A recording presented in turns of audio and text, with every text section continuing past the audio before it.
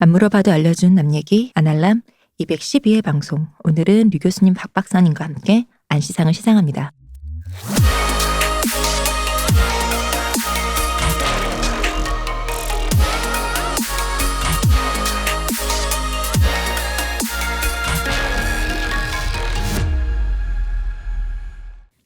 우리가 드디어 3부를 대망의 2021년을 3부를 시작했습니다. 자, 상 줄 사람이 많지는 않아요. 시간이 없어서 그렇지. 바로 상으로 시상식, 본상 시상식으로 가겠습니다. 저희가 본상 시상을 하기 전에 유 교수님이 급하게 드릴 말씀이 있다고 합니다. 딴 게 아니라요. 별거 아니고요. 네. 제가 이제 지난번에 그 박 변호사님 나오셔가지고 면도랑 수염 얘기했잖아요. 네. 그 이제 들으면서 동규가 뭔가 나한테 서운해서 지금 나를 1년 동안 안 부르는 것 같은데 우리 금금이 마음이 좀 풀리면 이제 나를 또 불러주면 또 내가 후원도 했으니 후원 때문에 부른 거지 오늘. 그러니까 이렇게 불러주면 나가서 요 얘기 해야지 하고 이제 잠깐 생각을 했던 게 뭐냐면 제가 여러분들 아시다시피 좀 수염이 많잖아요. 네, 맞죠. 네, 아마 그때 우리가 언급도 했었잖아요. 네. 잠깐만 그러면 네. 류 교수님은 면도를 언제부터 하셨어요? 저는 면도 처음에 한 게 초등학교 5학년이에요. 콧수염. 네. 왜요? 5학년이 12살 아니야? 왜 웃어요? 징그러워. 나이 든 사람 관점에서 보면은 아이고 5학년이구나 해서 유 교수의 개인사보다는 유 교수 부모님의 슬픔에 대해서 생각한 거죠. 그러니까 애가 올망졸망 크는 걸 보는 게 육아의 즐거움인데 이렇게 시커매져서 12살이 면도하고 앉았어. 단 한 번도 올망졸망했던 적이 없어요. 아니야, 어른이 보기에 얘가 이제 올망졸망인데 벌써 이렇게 시커매졌으면 약간 그런 거 있잖아요. 이제 육아가 끝났나? 아니야 근데 그런 느낌 있잖아. 면도를 하고 이제 육아가 안 끝났어. 약간 그래서 뭔가 남들은 예를 들어 남들이 자녀를 키울 때 이게 오랫동안 보는 왜 첫째 나신 분이 둘째 더 갖고 싶고 그쵸. 막 셋째가 더 이쁘고 뭐. 그러다 하시잖아요. 한번 켜봤더니 이쁘지. 그러니까 크는 게 다 눈에 들어오더라. 그런 느낌으로 유 교수를 봤는데 유 교수가 생각보다 그 기간이 단축시킴으로써 본인의 성장력으로 성장판으로 그 기간을 단축시킴으로써 본인은 둘째치고 부모의 즐거움을 뺏어갔다. 뭐 이런 얘기인 거죠. 아니 근데 제가 키가 186cm인데 제가 중3 때 키가 183cm였어요. 그러니까 중3 이후로 3cm 정도밖에 안 큰 거죠. 그러니까 한 번도 올망졸망했던 적이 없고 늘 저의 발육력이 남달랐다라는 건데 그래서 초등학교 5학년 때 처음으로 제가 이제 거울을 이렇게 보다가 씻다가 안중근 의사 그 사진이 있잖아요. 그 콧수염 있는 그 콧수염이 사진. 네. 그런 느낌이 드는 거예요. 교과서에서 봤던. 그거 수염 아니고 그 고문 흔적이라던데. 그런 얘기 있죠. 네. 저도 진짜 최근에 읽었어요. 네. 근데 아무튼 그래서 저 좀 징그럽다 싶어가지고 아버지 면도기로 이렇게 깎은 적이 있는데 그게 처음이죠. 물론 이제 그러고 나서 텀이 굉장히 길었는데 그 다음 면도까지 점점 짧아지잖아요. 어쨌든 초등학교 5학년이에요. 네. 근데 저희 아들이 중학교 1학년 때 면도를 처음 했거든요. 그러니까 뭐 남다르네요. 비슷한 거죠. 네. 육아가 끝난 거죠. 육아가 끝났네. 이거 진짜. 끝난 거지. 뭐 좀 키워볼라 했더니. 이런 분들이 원래 딴 데 가서 꼭 그러니까 아들 키우다가 아들이 갑자기 시커매졌을 때 그 아들 키우는 어머니들이 저희 어머니도 그렇고 갑자기 옆집에 딸이 살갑게 군다는 거에 되게 약간 눈이 반짝반짝해지면서 그런 게 있어요. 딸내미 그치, 하나 맞아. 낳고 싶다. 네. 그래서 근데 그때 생각해보면 그때 변성기도 딱 그때였고 5학년 때. 그러니까 육아가 끝났고 나서 한숨을 딱 이렇게 쉬시는. 근데 안 끝났어. 근데 아무튼 네. 면도 얘기로 다시 돌아오면 아마 뭐 박 박사님이나 이 대표님 주변에서 아마 수염이 제일 많은 축일 텐데 제가 모르긴 해도 네. 분명히 그럴 거예요. 보면 저는 뭐 콧수염, 턱수염, 구레나룻이 하나로 이렇게 이어지는 저 극동에 있는 사람에서는 잘 보기 드문 힘든 얼굴, 드문 드문 수염. 굉장히 풍성하고 되게 모양도 이렇게 딱 이렇게 프레임 우리가 생각하는 딱 그 서양인들의 수염처럼 이렇게 나는데 그러다 보니까 저는 뭐 면도를 취미로 하는 사람은 아니지만 저는 되게 귀찮아해요. 뭐 여성분들 화장해서 예뻐지면 좋은 건 좋은 거고 되게 귀찮잖아요. 귀찮아요. 지우고 네. 화장하고 매일같이. 저도 면도하면 되게 귀찮아하는 편인데. 비포 애프터가 좋긴 하지만 네, 귀찮아요. 근데 어쨌든 노하우는 좀 있단 말이죠. 음. 면도에 대해서. 근데 이제 제가 말씀드릴 거는 뭐냐면 그 질레트 면도기 뭐 네. 그게 질레트든 뭐든 뭐 쉬크든 면도기를 오랫동안 사용하면서 그리고 또 청결하게 사용하는 방법이거든요. 그게 뭐냐면 이제 컵에다가 조금 요만큼 면도 날만 잠길 수 있을 정도로 가그린을 부어놓는 거예요. 그리고 가그린에다 면도기를 담가놓는 거죠. 네. 날 부분을. 그러면 이제 흔히 남자분들 여러분들 저 박박사도 그렇고 다 그런 경험이 한두 번씩 있을 텐데 이렇게 면도를 하고 나면 면도독이 오른다 그래가지고 턱 주변에 이렇게 뻘겋게 막 그렇죠. 이렇게 그 쇳독 오른다 그런 네, 거예요? 쇳독 오르는 거 저 피부 트러블이 막 생기거든요. 그게 왜 그러냐면 면도기 그 날 사이에 각질이 이렇게 껴 있다가 왜 욕실 같은 데가 이렇게 습하니까 거기서 이제 세균 번식을 네. 했기 때문이거든요. 그러니까 이제 가그린에 담가 놓으면 그게 계속 가그린이 살균이 알코올이니까 되니까. 알코올이니까 살균 상태로 두는 거죠. 그러면 그 날도 굉장히 오래 쓸 수 있고 그 피부 트러블을 전혀 없이 그렇게 면도를 할 수 있어요. 그럼 면도 안 하는데 생기는 피부 트러블은 어떻게 해야 되죠? 그건 이제 피부과 잘 가서 씻읍시다. 이제 아 그런 거군요. 네. 예. 꼼꼼히 매일매일 잘 씻읍시다. 부모님에게 전화를 합시다. AS 해달라고. 네. 근데 그거 진짜 꿀팁이다. 네, 네, 되게 좋은 방법이에요. 날이 되게 비싸다 그랬잖아요. 부모님한테 전화하는 게 꿀팁이라고요? 엄마 나 왜 이렇게 네. 났어? 가그린을 원래 사실 나도 그 생각했어. 가그린을 한 다음에 바로 뱉는 건 좀 아깝다는 생각했어. 그거를 종이컵에다 부어가지고 면도날 담근다고. 그치. 혹은 반대로 잘 담갔다가 버리고 이제 마지막 버리기 전에 한번 하고 그러면 되지. 왜 버려? 뭐 삼켜야지. 어, 아깝게. 괜찮은 것 같아. 다 네. 피가 되고 살이 되는 건데. 좋은 방법입니다. 네. 아깝다는 생각을 했거든요, 제가. 면도기 날을 네, 가그린에 담궈 놓는 거. 네, 면도기를 입에 담근다고요? 씹어. 박 변호사님 죄송합니다. 좋은 발전하셨는데 제가 이렇게 망쳐놨네요. 매우 꿀팁입니다, 약간. 네네. 그러니까 가그린을 입에 물고 면도기를 혀 백태를 면도기로 이렇게 깎아내. 자동으로 이렇게. 일석이조다. 야, 좋네. 음. 모든 게. 그렇다고 합니다, 여러분. 어디서 뭐가 잘못되는지 모르겠지만 어쨌든 꿀팁입니다. 네, 꿀팁이네요. 자, 바로 본상으로 들어가겠습니다. 네.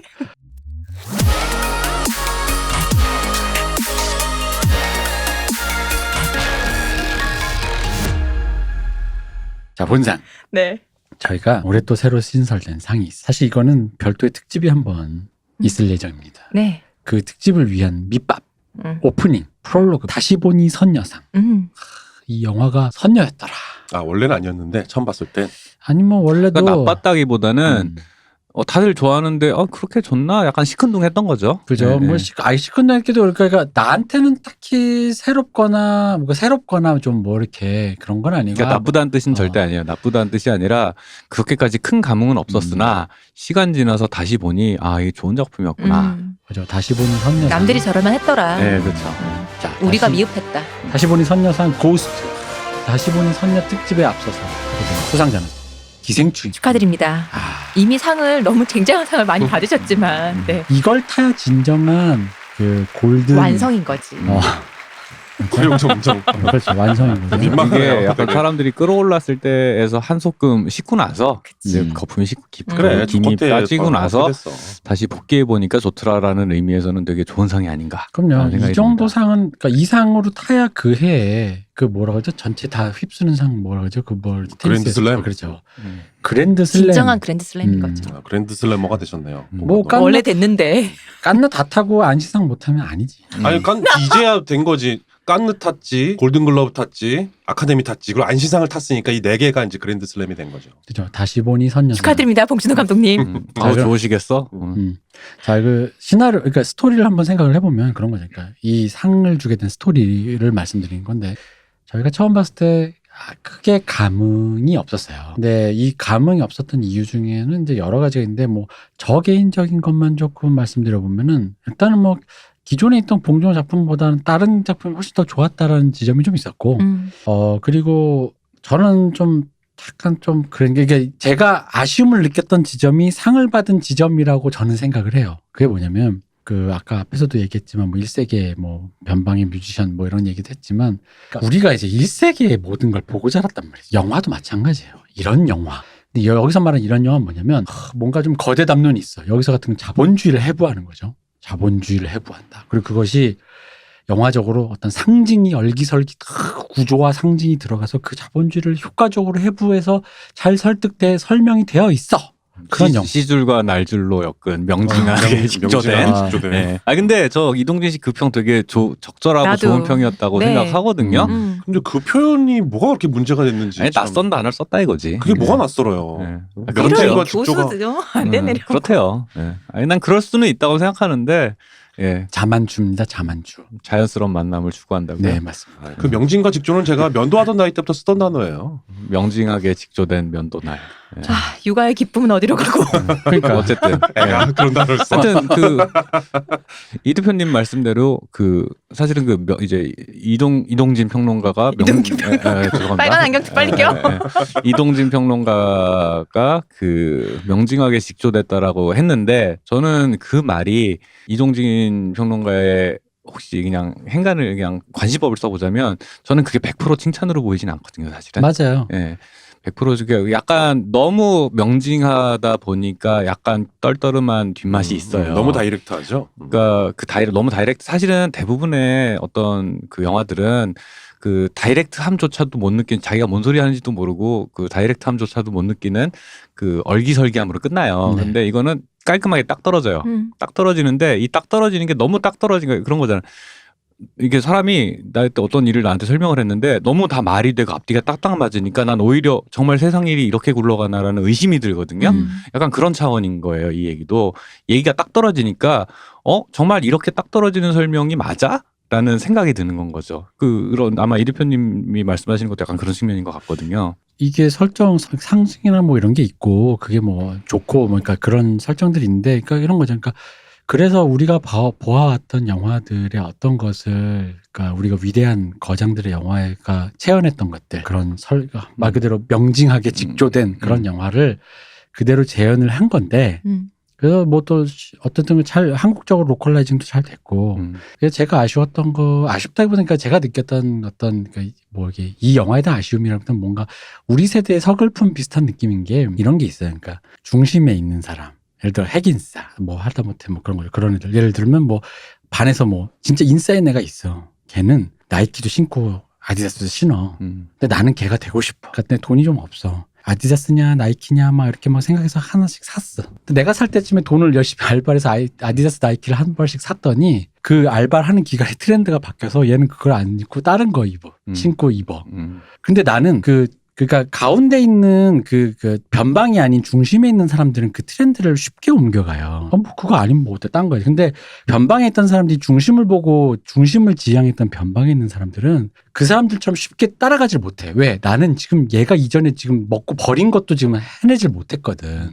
그러다 보니까 우연히 내 세대에 걸렸던 그 지점이 있으면 그걸 그대로 따라하는 것만도 나한테는 되게 큰 거예요. 근데 이제 그게 시대가 재밌는 게 유행이 돌고 그게 뭔가 트렌드가 바뀌고 뭔가 돌다 보면 그게 우연히 내가 방망이 깎는 노인이 30년째 방망이 깎다가 레트로 붐에 뭐 환경 친화적인 방망이가 유행할 수 있잖아요. 뭐 그렇게 해서 대박 터질 수 네이버 스토어에서 그 아마존의 그 호미처럼 호미가 그렇죠. 호미처럼. 그런 그러니까 것처럼. 그런 거죠. 그러다 보니까 약간 그 제3세계 엘리트가 1세계를 지향했던 것이 이제 1세계가 어느 정도 그 대가 끊겼다랄까? 약간 이제 걔들이 이제 안 보고 더 이상 하지 않는 더 이상 하지 않고 이제 안 보는 쪽에 가까운데 그거를 여기서 제3세계 지식인이 굉장히 정확하고 밀도 있고 거의 완성품. 그러니까 이건 리이슈가 아니다.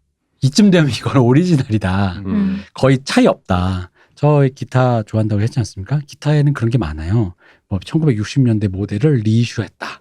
그래서 그 소리가 똑같네 아니냐 갖고 자기들끼리 싸운단 말이야. 근데 그래서 그것 때문에 가격이 뭐 똑같습니다. 정말 똑같아. 똑같은 부품을 썼습니다. 말하면서 가격이 천차만별로 나는데 그런 느낌인 거죠. 이거는 똑같아. 그 심지어는 그 정도의 똑같기만 한 게 그 정도의 완성도를 가졌어.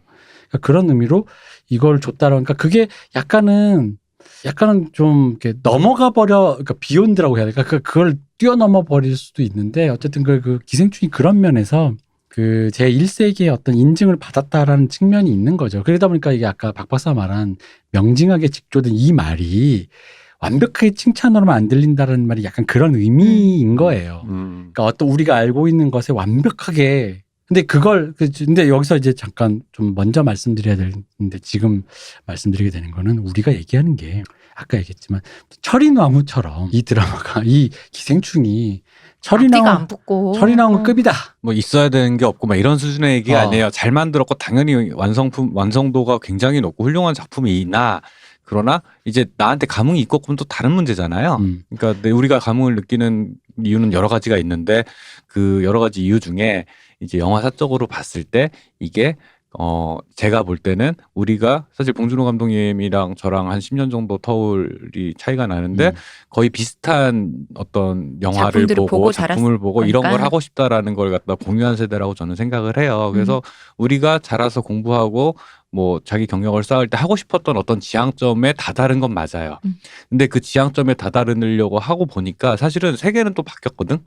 그때 우리가 이제 이런 걸 하고 싶어라고 막 이렇게 욕망하던 그때랑 또 시대가 달라요. 다른데 일단은 약간 늦긴 했지만 이렇게 만들어냈을 때 그거를 갖다가 이제 서양인들의 기준으로 볼 때는 자기들은 이제 더 이상 그런 걸 잘하는 사람이 메이저가 아니야.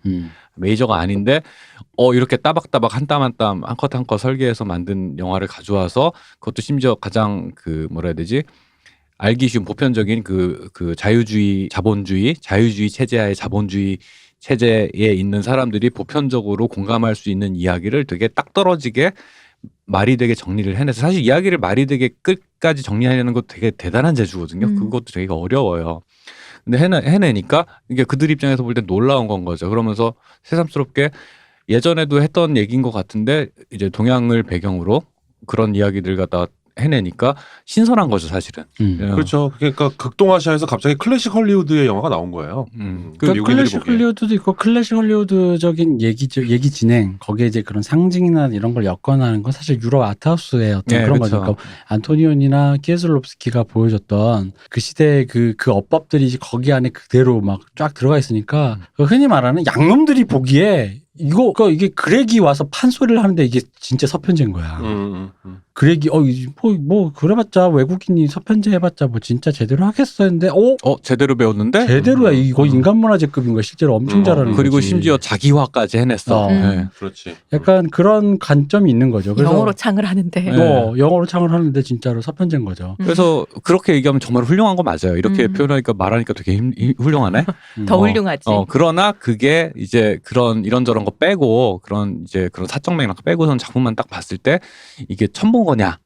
혹은 너무 놀랬어 뭐 이런 거냐 하면 그건 또 아니라는 건 거죠. 그리고 그게 이제 뭐 자본주의를 해부했다라고 하는 지점에서의 문제가 이제 사실 그런 거에 저는 약간 좀 그게 피상적이라고 느꼈어요. 사실은 네. 이 상징이라든가 자본주의를 해부하는 내는 방식이라든가 지금 그게 피상적이고 이 피상적인 방식이 왜 피상적이냐면 실제로는 잘했는데 피상적 느낀 이유는 바로 그게 원래 있던 거니까. 그런 방식으로 이미 많이 했으니까라는 생각이 있어서 그런 거고. 그래서 이제 원래 이 상이 지금 다시 보니 선녀상이지 않습니까? 일단 상의 원래 취지로 돌아가자면. 그래서 어쨌든 이 영화를 처음 봤을 때 와 되게 잘 만들었고 잘 했지만 너무 뭔가 제3세계 엘리트가 기존에 보아왔던 걸 완벽하게 자기화했다라는 거는 칭찬일 수도 있지만 그러니까 이 말 자체가 칭찬일 수도 있지만 뭔가 석연치 않은 그러니까 그게 봉준호 감독님 본인이 좀 꼬아 들으시면은 기분 나쁜 얘기일 수도 있단 말이에요. 오리지널리티가 없다라고. 그렇게도 너무 볼 수 있고 후려치면 그건 오리지널리티가 없다는 너무 후려친 거고 어쨌든 이게 좋게 얘기하면 그런 거예요. 우리가 약간 그 사대하는 나라 예를 들어서 이제 옛날로 치면 사대하는 나라에서 그냥 중앙의 인정을 받았다예요. 그러니까 이게 한국 영화의 역사라고 하는 게 사실은 변방의 역사로 이제 좀 유리되어 있다가 얘들 하는 거 보니까 근본 있네 하면서 미국 중심의 그 영화사 안에 포섭이 된 거거든요. 그런 의미가 되게 커요. 그러니까 그 봉준호 감독이 수상 소감할 때 아우어 그레이트 마틴 스코세지라고 리스펙을 표현하는 요 행위도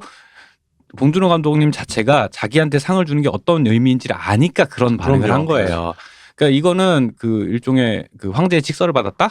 뭐 이런 이제 그 로마 교황청에서 몽을 정통성을 인정받았다. 약간 이런 느낌의 인준을 받았다는. 라는 건데 그거 정말 대단한 일이고 훌륭한 일이라고 생각하기에 따라서는 그럴 수 있지만 약간 관점을 바꾸자면 그게 그렇게 중요한 일인가라는 관점으로 보자면은 사실 어떤 의미에서는 별 감흥이 없을 수도 있다라는 생각이 드는 건 거죠. 그 수상 소감이 훌륭한 또 하나의 이유가 있죠. 그게 이제 봉준호 감독이 워낙에 이제 태도가 좋으신 분이잖아요. 애티튜드가 굉장히 훌륭한 분인데 센스도 있고. 근데 그 마틴 스콜세지에 대한 리스펙을 표현과 동시에 이 트로피를 텍사스 전기톱으로 잘라서 나누고 싶다라는 표현을 했잖아요. 근데 그 텍사스 전기톱 살인 사건이라는 그 미국 인디 영화의 전설적인 작품을 또 언급해주면서 미국의 상업 영화 씬과 인디 영화 씬까지 동시에 이렇게 아우르는 그러니까 미국인들이 듣기에 너무나 좋은 그런 수상 소감을 한 거죠. 그게 이제 립서비스 의미에서도 훌륭했고 두 번째로는 그 자신의 위치를 주류 영화사 안에 위치 짓는 코멘트인 거예요. 그렇죠. 그쵸. 네. 그러니까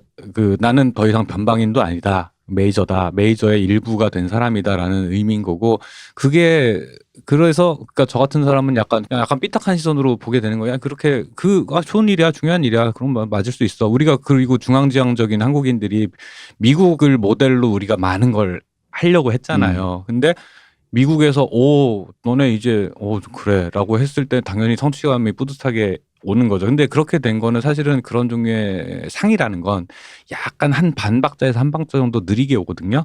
이미 성취가 됐고 그런 성취의 어떤 상징으로서 이 이벤트가 그 아카데미 이벤트라는 게 있는 것 같아요. 그래서 그 맥락을 빼고 작품만 놓고 보자면은 그러면은 이건 사실은 사적인 맥락 여러 가지 외부적인 맥락들이 한꺼번에 있는 거고 그냥 그거 다 빼고 다 털어내고 작품만 딱 보자라고 하면은 잘 만들었는데 이제 또 이 대표님이 얘기하시듯이 그 자본주의에 대한 얘기를 한다고 하는데 자본주의에 대한 그 계급주의적인 그 관점이라고 하는 것들이 그 사실은 되게 오래전부터 많은 사람들이 작품 영화로서도 많이 얘기를 했고 뭐 하다못해 그 찰리 채플린의 모던 타임즈부터 네. 해가지고 이게 유구한 전통을 가진 문제 의식이자 많이 다뤄진 이야기고 다뤄진 방식이에요. 나 안 봤던 게 아니라는 거죠. 예. 그렇다 보니까 그걸 갖다 딱 떨어진 이야기로 이렇게 딱 했을 때 여기서 끝이야? 딱 떨어지긴 하는데 여기서 얘기가 끝이야? 라고 했을 때 느껴지는 섭섭함이라는 게 조금 있어요.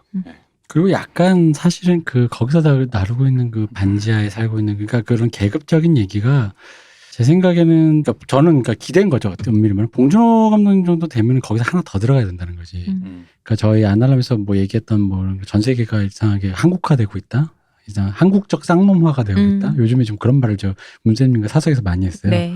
그러니까 왜 2007년에 미국으로 치면 2007년에 그 경제가 파탄 났는데 월가의 엘리트가 미워서 오큐파이 월가를 했다가 그 흐름이 엘리트와의 기본 싸움에서 엘리트가 무언가를 주지 못하는 상황에서 오바마에 대한 민주당에 대한 비토로 들어가면서 트럼프가 탄생하게 되는 약간 뭔가 자본주의를 대척하다가 자본주의에 대척하는 게 낳은 괴물이 트럼프인데 그 트럼프가 약간 이게 사실 지금의 자본주의와 전 세계는 조금 더 그거보다는 심화된 상태라는 더 거죠. 복잡한 상황인 거죠. 네. 그러니까 단순히 옛날처럼 사용자와 피고용자 뭐 이런 식의 구도가 아니고, 물론 그 기생충에도 그 아이러니에 대해서 얘기를 했어요. 근데 그것보다 좀 더, 그러니까 그 입장이 예를 들어서 정부에서 투기 세력을 잡는다라고 하잖아. 근데 옛날엔 장영자로 대표되는 투기 세력이라는 존재가 실제로 있었던, 그때도 사실 좀 무리가 있지만 그렇게 표현하기엔 어쨌든 그런 상징이 있다라고 인식을 했는데 지금 30년이 지났잖아요.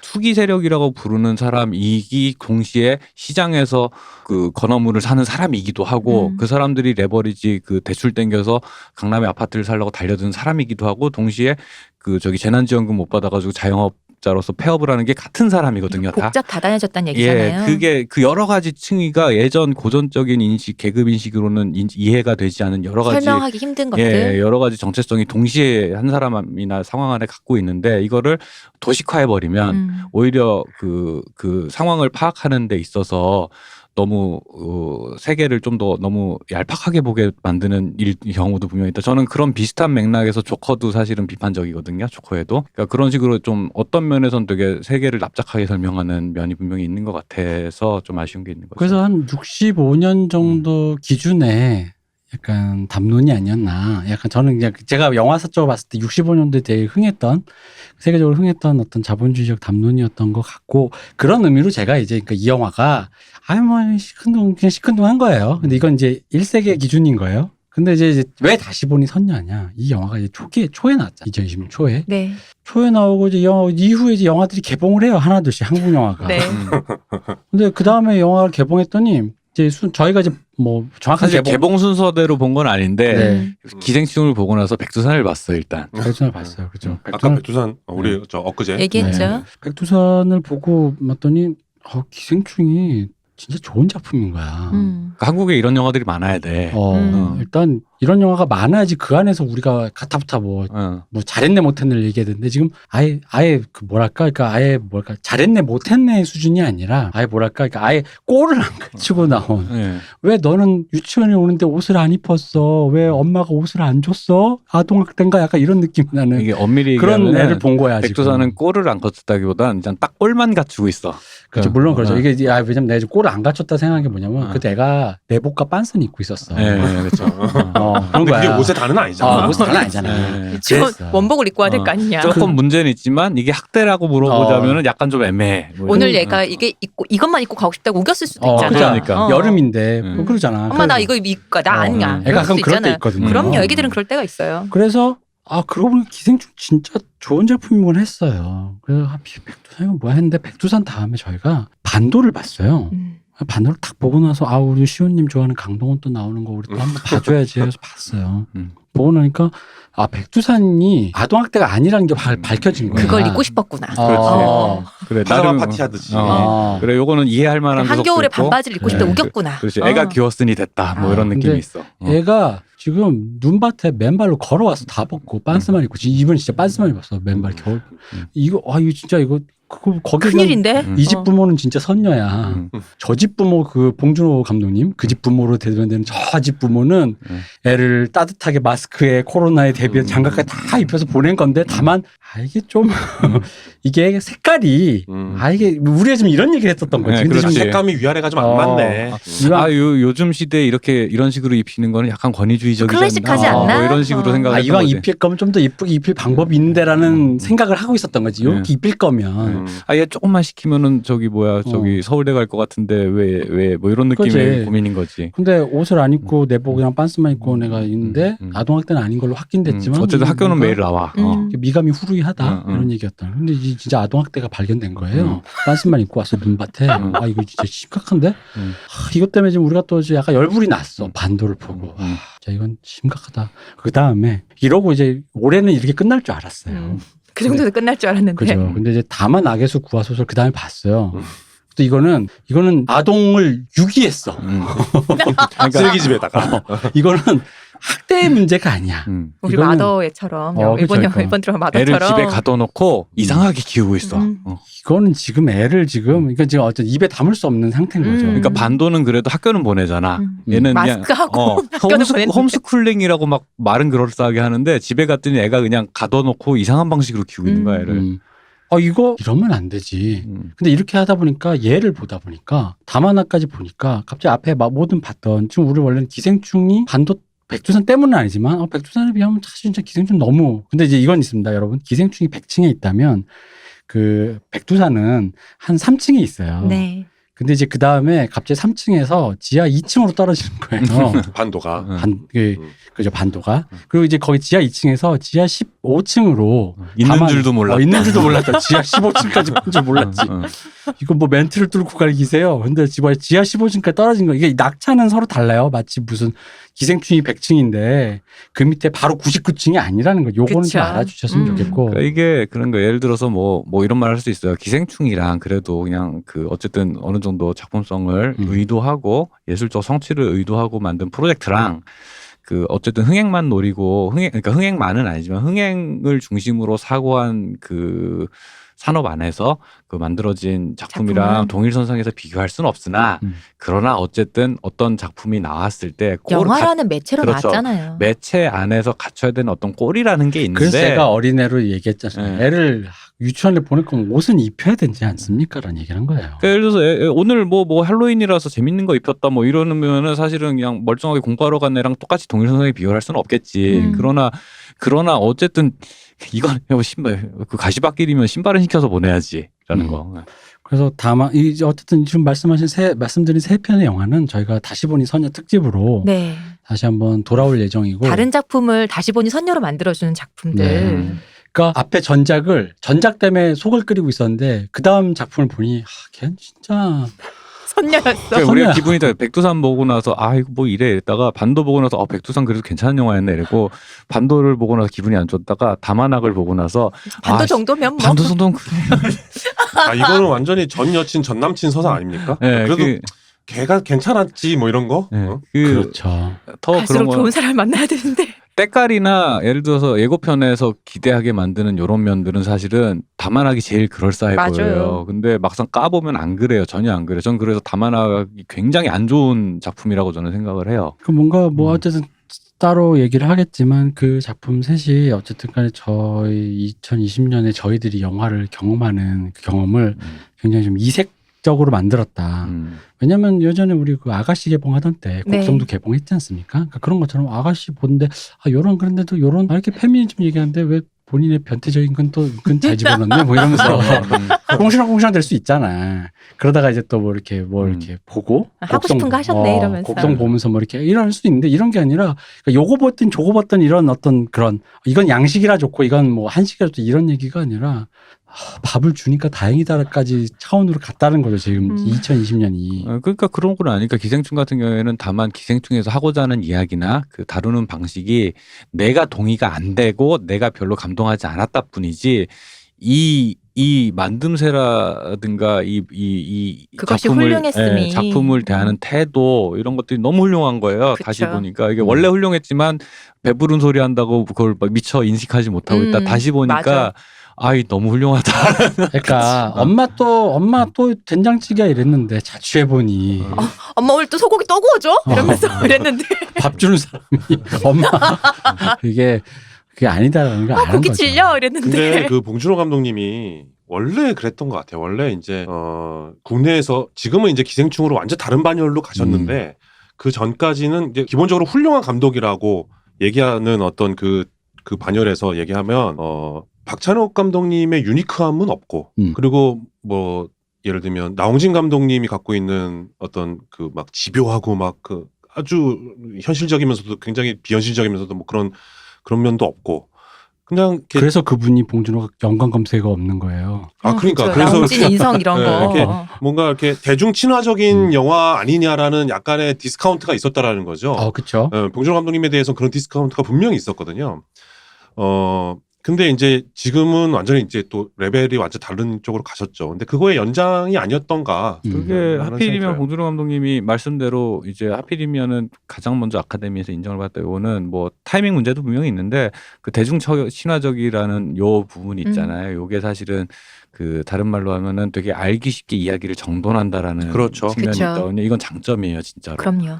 이 얘기를 어떤 얘기를 하냐 혹은 어떤 식으로 더 깊게 파고드냐의 차이만 있다 뿐이지 어쨌든 자기가 하는 얘기를 잘 정리해서 정확하게 전달한다라는 거는 어떤 창작자가 가져야 되는 가장 중요한 미덕이고 너무 훌륭한 미덕인 거거든요. 그런 면에서 예를 들어서 박찬욱 감독 같은 경우는 그걸 일부러 좀 뒤틀죠. 이 얘기인 것 같지 하면서 이제 뒤튼단 말이죠. 사실 박찬욱 감독님은 얘기 자체는 제가 봤을 때는 크게 관심이 없잖아요. 그렇죠. 네. 내가 하고 싶은 게 있는 거지. 음. 예를 들어 아가씨 같은 경우는 여성주의 서사 이런 얘기 그럼 그거 합시다. 내가 하고 싶은 얘기는 따로 있으니까. 그러고서 영화를 너무 잘 만들어. 그러니까 약간 그런 의도가 느껴지지만 이의가 없습니다. 네. 약간 이렇게 만드는 예, 예. 사람이잖아요. 그러고 뭐 예를 들어 나홍진 감독 같은 경우에는 사실은 영화 내적인 어떤 그 틀거리라고 하는 거는 사실은 이렇게 정확하게 딱딱 정합성이 있지는 않아요. 근데 이 장면의 힘으로 그걸 돌파해내는 어떤 기세가 있는 그런 차이가 있는데 반면에 이거를 봉준호 감독의 영화 같은 경우에는 이 영화에 왜 상을 줘야 돼라는 예를 들어서 어떤 토론이 붙었다라고 했을 때 되게 정확한 언어로 토론이 가능해요. 이 영화는. 지금 이 얘기를 듣다 네. 보니까요. 네. 그 우리 지금 말씀했던 세 감독분들 네. 잔욱, 봉준호, 나홍진 감독님이 각각 외국에서 지금 작업을 했잖아요. 아니면 네. 외국 영화사와 작업을 했잖아요. 네네. 그 맥락도 너무 맞닿아 있는 것 같아요. 맞아요. 넷플릭스와 작업한 봉준호와 네. BBC와 작업한 박찬욱 그리고 폭스사에서 돈을 받고 이제 곡성을 만든 네. 나홍진이라는 게 이게 되게 그 지금 말씀하신 그분들의 특성에 따라서 되게 상징적인 것 같아요. 네, 그런 명징하고. 면도 분명히 있죠. 음. 예. 그렇게 생각을 해보면 봉준호 감독님에 대해서 우리가 건방지게 하고 했던 요거 저희가 너무 건방졌습니다는 거지. 이거는 되게 오만 방자한 태도였고 반성합니다. 네. 어제는 선녀로 선녀야. 그러니까 내가 평상시에 뭘 먹고 있는 왜 우리 그런 거 있잖아. 왜 저기 구해줘 홈즈 보다 보면 저 집 보면서 집이 어쩌네 저쩌네 그래요. 그치. 그 집 전세도 들어갈 돈도 없는데. 근데 딱 TV 딱 끄고 내 방을 보면 그러니까 이제 딱 그걸 느끼게 해줬다 이거죠. 그치, 맞아요. 이게 지금 내가 지금 기생충 갖고 지금 할 얘기가 옛날엔 기생충에 반도 안 된 영화도 못 만들어서 지금 헤매는데 어쨌든 그래서 다시 보니 선녀상에 기생충이 좋은 영화였다. 다들 알고 남들도 알고 전 세계가 다 알았지만 그럼에도 불구하고 그러니까 그 아는데도 불구하고 그럼에도 불구하고 조금 뭔가 왠지 이런 기분을 들이는데 우리 그게 배부른 소리였다. 요 얘기였던 겁니다. 다시 보니 선녀 특집. 요 얘기만 좀 기생충에 덧붙이고 싶은데 기생충이 이제 뭐 작품상, 감독상 외국어 영화상 네. 그리고 각본상 뭐 그거 이렇게 상을 탔는데 상을 타지 못한 부분이 하나 있거든요. 그게 미술상이에요. 미술상. 네. 노미네이트만 되고 이제 상을 못 탔는데 기생충의 미술 감독이 이제 이하준 감독이라고 뭐 관상, 뭐 독전, 뭐 도둑들 뭐 이런 거 하신 분인데 이제 뭐 대한민국의 여러 미술 감독 중에 탑티어에 들 거의 한 세 손가락 안에 들 만큼 뭔가 좋은 작품 많이 하시는 분인데 저는 개인적으로 그분에 대해서 높은 평가를 하지 않았었어요. 그동안 기생충 전까지는. 그것에 건방져? 건방지게. 건방져서 미술의 밑자도 모르면서 지불도 모르면서. 근데 관우 알아요? 관우? 관우 알면 상식 풍부한 사람인 거야? 그럼. 근데 아무튼 그랬던 이유의 가장 큰 게 뭐냐면 그 이하준 미술 감독이라는 사람이 뷰티 인사이드라는 영화를 했기 때문이거든요. 뷰티 인사이드가 저는 그 미술의 그 영화의 실패 중에 가장 큰 실패가 미술의 실패라고 생각하기 때문에 그 이하준 미감에 대해서 계속 이렇게 약간 정말 실력 있는 거 맞아라는 삐딱한 시선을 가지고 있다가 기생충을 보고 이 사람이 굉장한 미술적 신미안을 가지고 있구나라고 생각을 했어요. 내가 일도 몰랐구나. 내가 정말 몰랐구나. 저 기생충의 성취에 굉장히 많은 부분을 이제 미술이 담당을 하고 있다고 그쵸. 생각을 하고 있거든요, 저는. 그래서 뭐 상을 좀 탔으면 좋았을 뻔했다. 미술도 뭐 그런 얘기를 좀 하고 싶네요. 그 뷰티 인사이드를 하시는 원죄 때문에. 그렇죠. 그건 사실 원죄에 가까워요. 네, 저희가 그 영화에 대해서 할 말이 많지만 오늘 시간이 없어서. 그래서 나중에 하죠. 그 네. 얘기는. 아니 뭐 나중에 왜 합니까? 네. 자, 뷰티 인사이드 뭐 그런 영화가 있었답니다. 네. 네. 자, 다시 보니 선녀 특집. 자, 다음 상황 가보겠습니다. 2020년에 올해 영화. 네. 뭐 올해 영화라서 그럼 또 방금 기생충 얘기했고 그럼 기생충보다 더 다 나은 영화 가져왔다는 얘기냐? 아니 뭐 그런 게 아니라 여러분이 잘 안 보셨을. 근데 참 좋았다. 기생충 말고 좋은 영화들이 몇 개 있었는데 그 중에 이제 저희 마음에 좀 들었던 거. 그죠. 그래서 기생충 여러분들이 다 봤잖아요, 지금. 그러니까 이제 또 좋은 영화 개봉했는데 코로나 때문에 극장도 못 가서 막 쑥 지나고 분명히 VOD 이런 데 올라와 있는데 몰라서 못 본 맞아. 그런 영화 2편 준비해봤습니다. 셀린 시아마 감독님의 타오른 여인의 조상. 네.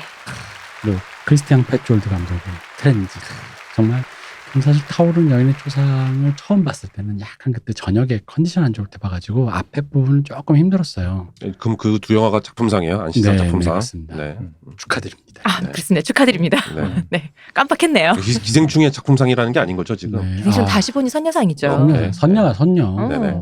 제일 좋은 상이네. 타오르는 여인의 초상은 사실 기생충이 깔고 간 영화예요. 기생충이 깐는 상 탈 때 그냥 각본상 정도밖에 못 얻어간. 그쵸. 그저 그런 작품이죠. 알시 건방져. 그저 그런 작품이지만.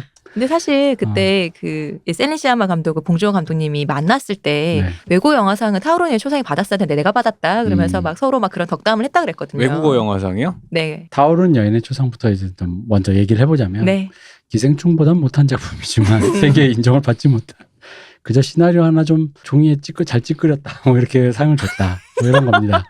근데 어쨌든 타오르는 여인의 초상을 보면은 좋았던 게 제가 이 영화를 그래서 이제 그때 처음 봤던 감상은 사실은 이 영화 굉장히 뒷부분이 강렬하잖아요. 네. 뒤로 갈수록 막 네. 추동되죠. 강렬한 엔딩을 갖고 있다 보니까 약간 추체험적인 그런 영화라고 생각했어요. 그러니까 뭐냐면 이게 약간 안토니언이적인가? 나에게 체험을 하게 했다가 마지막에 그 체험이 사실 밑바탕이 되는 건 맞거든요.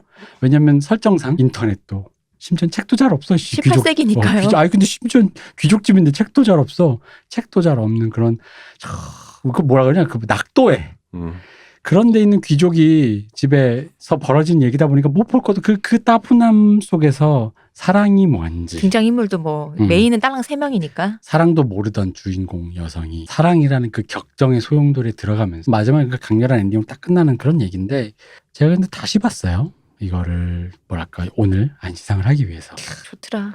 진짜. 영화가 앞에 그건 제가 그때 컨디션이 안 좋았던 저도 거고. 처음 봤을 때는 좀 그랬거든요. 저는 처음 볼 때부터 되게 강렬했거든요. 그러니까 이거 호불호에 대한 얘기가 아니에요. 그러니까 제가 이 영화를 좋아한다 싫어한다가 아니라 딱 틀어서 시작할 때부터 시각적으로 전략이 너무 분명하고 되게 강렬했거든요. 맞아요. 네, 되게 강렬했고 사실은 그래서 오히려 좀 전체적으로 제 느낌은 오히려 처음부터 끝까지 좀 강강강이라는 느낌이 살짝 있어요. 저는. 그러니까 그걸 다른 언어로 표현하자면 저는 좀 그러니까 그렇게 표현하자면 약간 영화가 근데 이건 사실 기생충에 좀 해당되는 건데 약간 자기의 양식적인 조형을 위해서 약간 좀 딱딱해 영화가. 네, 너무 애누리 없이 그죠? 계획대로 연출이 음. 돼 있죠. 예. 약간의 그 뭐랄까 우리가 얘기하는 그런 룸이 좀 있어야 되는데 그 흔히 데드 타임이라고 표현되는 것들이 물론 데드 타임이 있습니다만 그러니까 뭔가 감독이 의도했으니까 여기서 애누리 없이 착 이런 이게 좀 있는 거예요. 고기 샀는데 비계는 좀 불만한데 아 이거 비계 안 드실 거잖아. 그럼 이제 비계 떼고 주는 거지. 살코기 100%. 근데 살코기 100% 주셔서 고맙긴 한데. 근데 이 작품은 뻑뻑하지. 그 감독의 의도가 너무 잘 구현이 돼 있어서 네. 다른 해석의 여지가 들어갈 만한 자리가 별로 없는 것도 사실이에요. 맞아요. 네. 그래서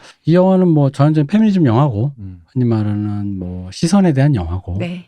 이거는 뭐 시선에 대한 영화는 요 영화를 쭉 보시면은 시선 기준으로 보시면 뭐 사실 영화는 뭐 그냥 쭉 그 해결이 영화 된다고 전체 봅니다. 설계가 그 주인공들끼리 주고받는 시선 방향의 을 중심으로 설계가 돼 있는 게 의식하고 보면 누구나 보여요. 그러니까 첫 등장했을 때 주인공이 그러니까 화가인 주인공이 마리안느? 초상화를 여자죠. 여자 네. 화가인 주인공이 그 시집 갈 준비를 하고 있는 여자 주인공 엘로이즈. 엘로이즈의 초상화를 그려주려 의뢰를 받고 그 외딴 섬에 그 저택으로 가죠. 그렇죠. 출동을 해가지고 예, 가서 이렇게 출장 서비스로 그림 그렇죠. 그리러. 진짜 출장 서비스 그리는 맞아요. 거지. 귀족이니까. 어. 그래서 이제 가다 보니까 그림을 그리는 사람과 그림의 그 대상 피사체가 되는 보통 뮤즈라고 하는 그렇죠. 어떤 대상. 피사체가 되는 사람 사이에 보통은 이제 그림을 그리는 사람이 시선을 갖고 있고 대상이 되는 사람은 수동적으로 권력 관계에서 시선을 주도하고 있는 사람이 자기가 갖고 있다라고 생각을 하게 되는데 근데 문제는 이 사람이 자기 얼굴을 보여주기 싫어해요. 그 여자 주인공 초상화가 그려지기를 싫어하는 거죠. 그 귀족 아가씨가 그 초상화 자기 얼굴 그려지는 걸 되게 싫어해가지고 얼굴 보기가 너무 힘든 거야 이게. 근데 그 그려주기 싫다는 이유도 일종 그 방금 말씀하신 주제에 걸맞는 그렇죠. 게 예. 그 초상화 용도가 뭐냐는 거지. 그 용도가 그 시집갈 집에 그때는 이제 네트워크 없으니까 우리 며느리가 될 애가 어떤 애인지 보자. 그리고 일종의 선짜리인 거죠. 그래서 대충 마음에 들면 눈, 코, 입 있고 뭐 예쁘장하면 카톡 푸사진 보자 그 그죠. 얘기잖아요. 그걸 해주기 위한 용도인 거죠. 근데 그녀는 사실상 이 관점이 뭐냐면 뭐 이름도 들어본 적 없는 곳에 이게 만약 오케이가 되면 내가 그걸로 가는 거야 팔려가듯이. 팔려가는 거지. 외국으로 가잖아 또 네. 심지어. 밀라노로 간다 그랬죠. 나의 의지와 상관없이. 그러니까 나는 나의 의지라는 건 없는 거야. 그러니까 이 세계에서 여자가 갖고 있는 그 시집을 간다라는 거. 그 의지가 없이 철저하게 대상으로 되는 그런 작업에 동참을 해야 돼. 누구 앞에 특히 화가라는 사람 앞에서 철저하게 수동적으로 서 있어서 이거 앉아가지고 이렇게 그냥 그 사람의 대상으로 그 경험이 싫은 거죠. 근데 그거는 뭐 이제 현실 감각 우리 21세기에 사는 우리의 입장에서도 생활인의 감각으로 봐도 되게 별로 기분 좋은 경험은 아닐 것 그죠. 같거든요.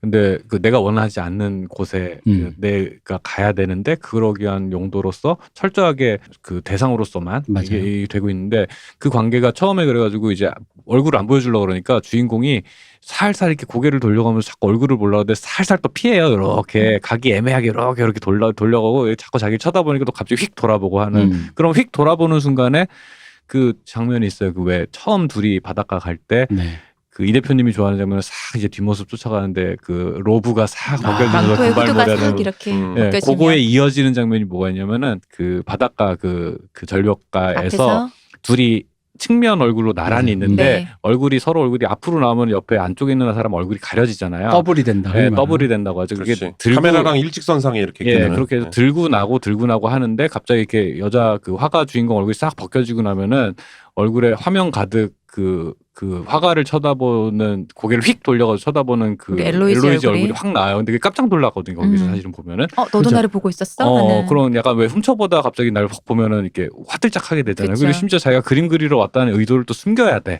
그러니까 이런 장면도 사실은 뒤로 가면서 이제 그 두 사람이 서로 이해를 하면서 그 화가인 주인공에게 이 시선의 권력이 있는 줄 알았는데 실은 아니다라는 걸 나중에도 얘기하지만 대사로도 하고요. 하지만 초반에 그 장면에서도 실은 네가 나를 관찰하고 있기 때문에 네가 주도권을 쥔 것 같지만 실은 그렇지 않아라는 나도 너를 보고 있었어. 그거를 사실 암시하는 장면이 또 이로서 기능을 되게 별거 아닌 장면인데 되게 강력하더라고요. 처음 봤을 때는 영화가 좀 딱딱하게 찍어져서 그런지 좀 지루했었어요. 앞부분이. 저는 그런 면이 있었거든요. 네, 근데 그럴 두- 수 있죠. 근데 이제 이거 하려고 또 보면서 이걸 3번을 봤는데 두 번째, 많이 세 번째 볼 보셨네. 때는 안 그랬거든요. 그런 꼼꼼하게 이제 알고 보니까. 그런 꼼꼼하게 연출된 장면들이 구석구석 맞아요. 한 컷도 안 버리고 있어서 그죠. 그러니까 이제 그런 초상화를 그려준다. 근데 그리는 거 거기서 이제 화가가 여자인 것도 되게 의미심장한 거잖아요. 그래서 원래는 남성. 그래서 그 나중에 보면 왜 아버지 이름을 출품하기도 그쵸. 하잖아요. 네, 근데 그 당시 맞아요. 여성 화가들이나 여성 문인들이 주로 그렇게 했잖아요. 남편이나 아버지 이름을 출품을 하는데 여성 화가가 왔음에도 불구하고 이 시선이 이미 그 시선이 기본적으로 대상화 여성이 그냥 대상이 되고만 맞는 어떤 그런 것에 그 우리 화가인 우리 마리안느 화가도 자기도 모르게 그러고 있었다는 거죠. 그쵸. 근데 그걸 느끼게 되는 거죠. 엘로이즈가 나를 쳐다봄으로 인해서 아 나조차도 남성의 시선을 혹은 남성의 시선이라는 게 좀 편협하다 생각하면 뭔가 세계가 강제한 어떤 한 방향으로만 흘러버리게 되는 그런 편향성에 자기도 일조하고 있었다는 거죠. 나는 좀 달라라고 생각했는데 난 여성 화가고 이 영화는 진짜 그러면서 얄짤없거든요. 맞아요. 그러니까 방금 말씀하신 대로 내가 너를 그리기 위해서 너를 계속 관찰하고 있는데 알고 보니 너도 나를 관찰하고 있었어 라는 게 그 중간에 그림을 그리다가 그 대사로 나오잖아요. 네.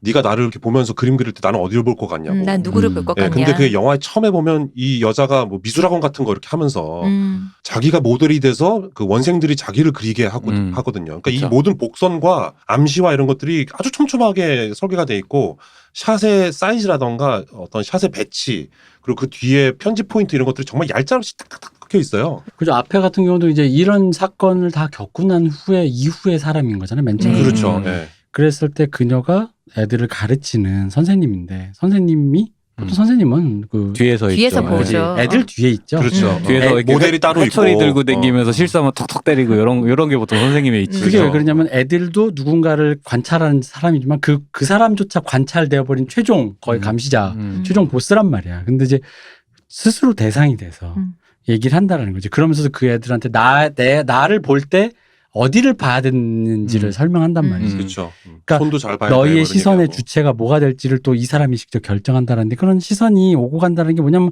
결국은 그러니까 페미니즘에서 늘 우리 말하는 거 시선이 권력이네 뭐. 그러니까 여기서 중요한 건 전 되게 중요한 메시지가 그 대상이 된다고 해서 그 대상이 무조건 수동적이고 비동적이지 않다라는 거. 그 그쵸. 대상도 의지를 갖고 있고 그렇기 때문에 그 대상과 서로 시선을 주고받으며 서로 이해하는 요 과정이 중요한 거지. 그러니까 무조건 어떤 대중이나 시선을 가진 뭐 카메라를 쥐는 이 사람들이 무언가를 찍는다고 해서 그 앞에 서 있는 사람들이 약자거나 무력한 사람이 아니야. 모든 그들이 권력이 그에게 있는 게 아니죠. 예, 그들이 그 무대 앞에 서고 카메라 앞에 서는 그들조차 그들이 스스로 의지로 올라왔다라는 것에 대해서 사람들이 너무 많이 간과를 한다는 건데 그죠.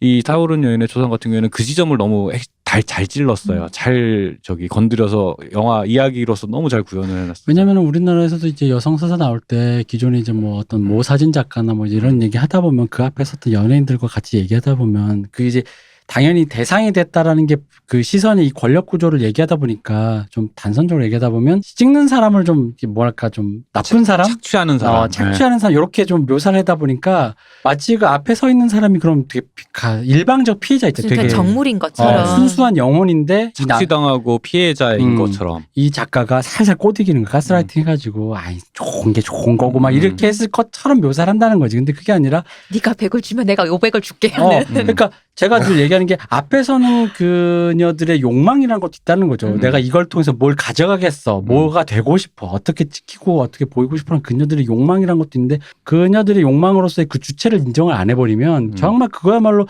여자를 그 시선의 구조 속에서 뭐랄까 머리가 비어있는 정말 순진한 피해자로만 나이브한 피해자로만 보인다는 그건 또 오히려 역설적 그녀를 무시하는 맞아요. 결과가 되는 네. 거죠. 영혼 없는 사람처럼 보이잖아요. 그 영화에서 타오른 여인의 조상에서도 어느 순간 두 사람의 감정, 그러니까 나중에 알고 보면 둘 다 서로 좋아했었는데 사실은 그게 밝혀지기 전에 어느 순간 그 엘로이즈가 자기 드레스를 입고 모델로 서겠다라고 네.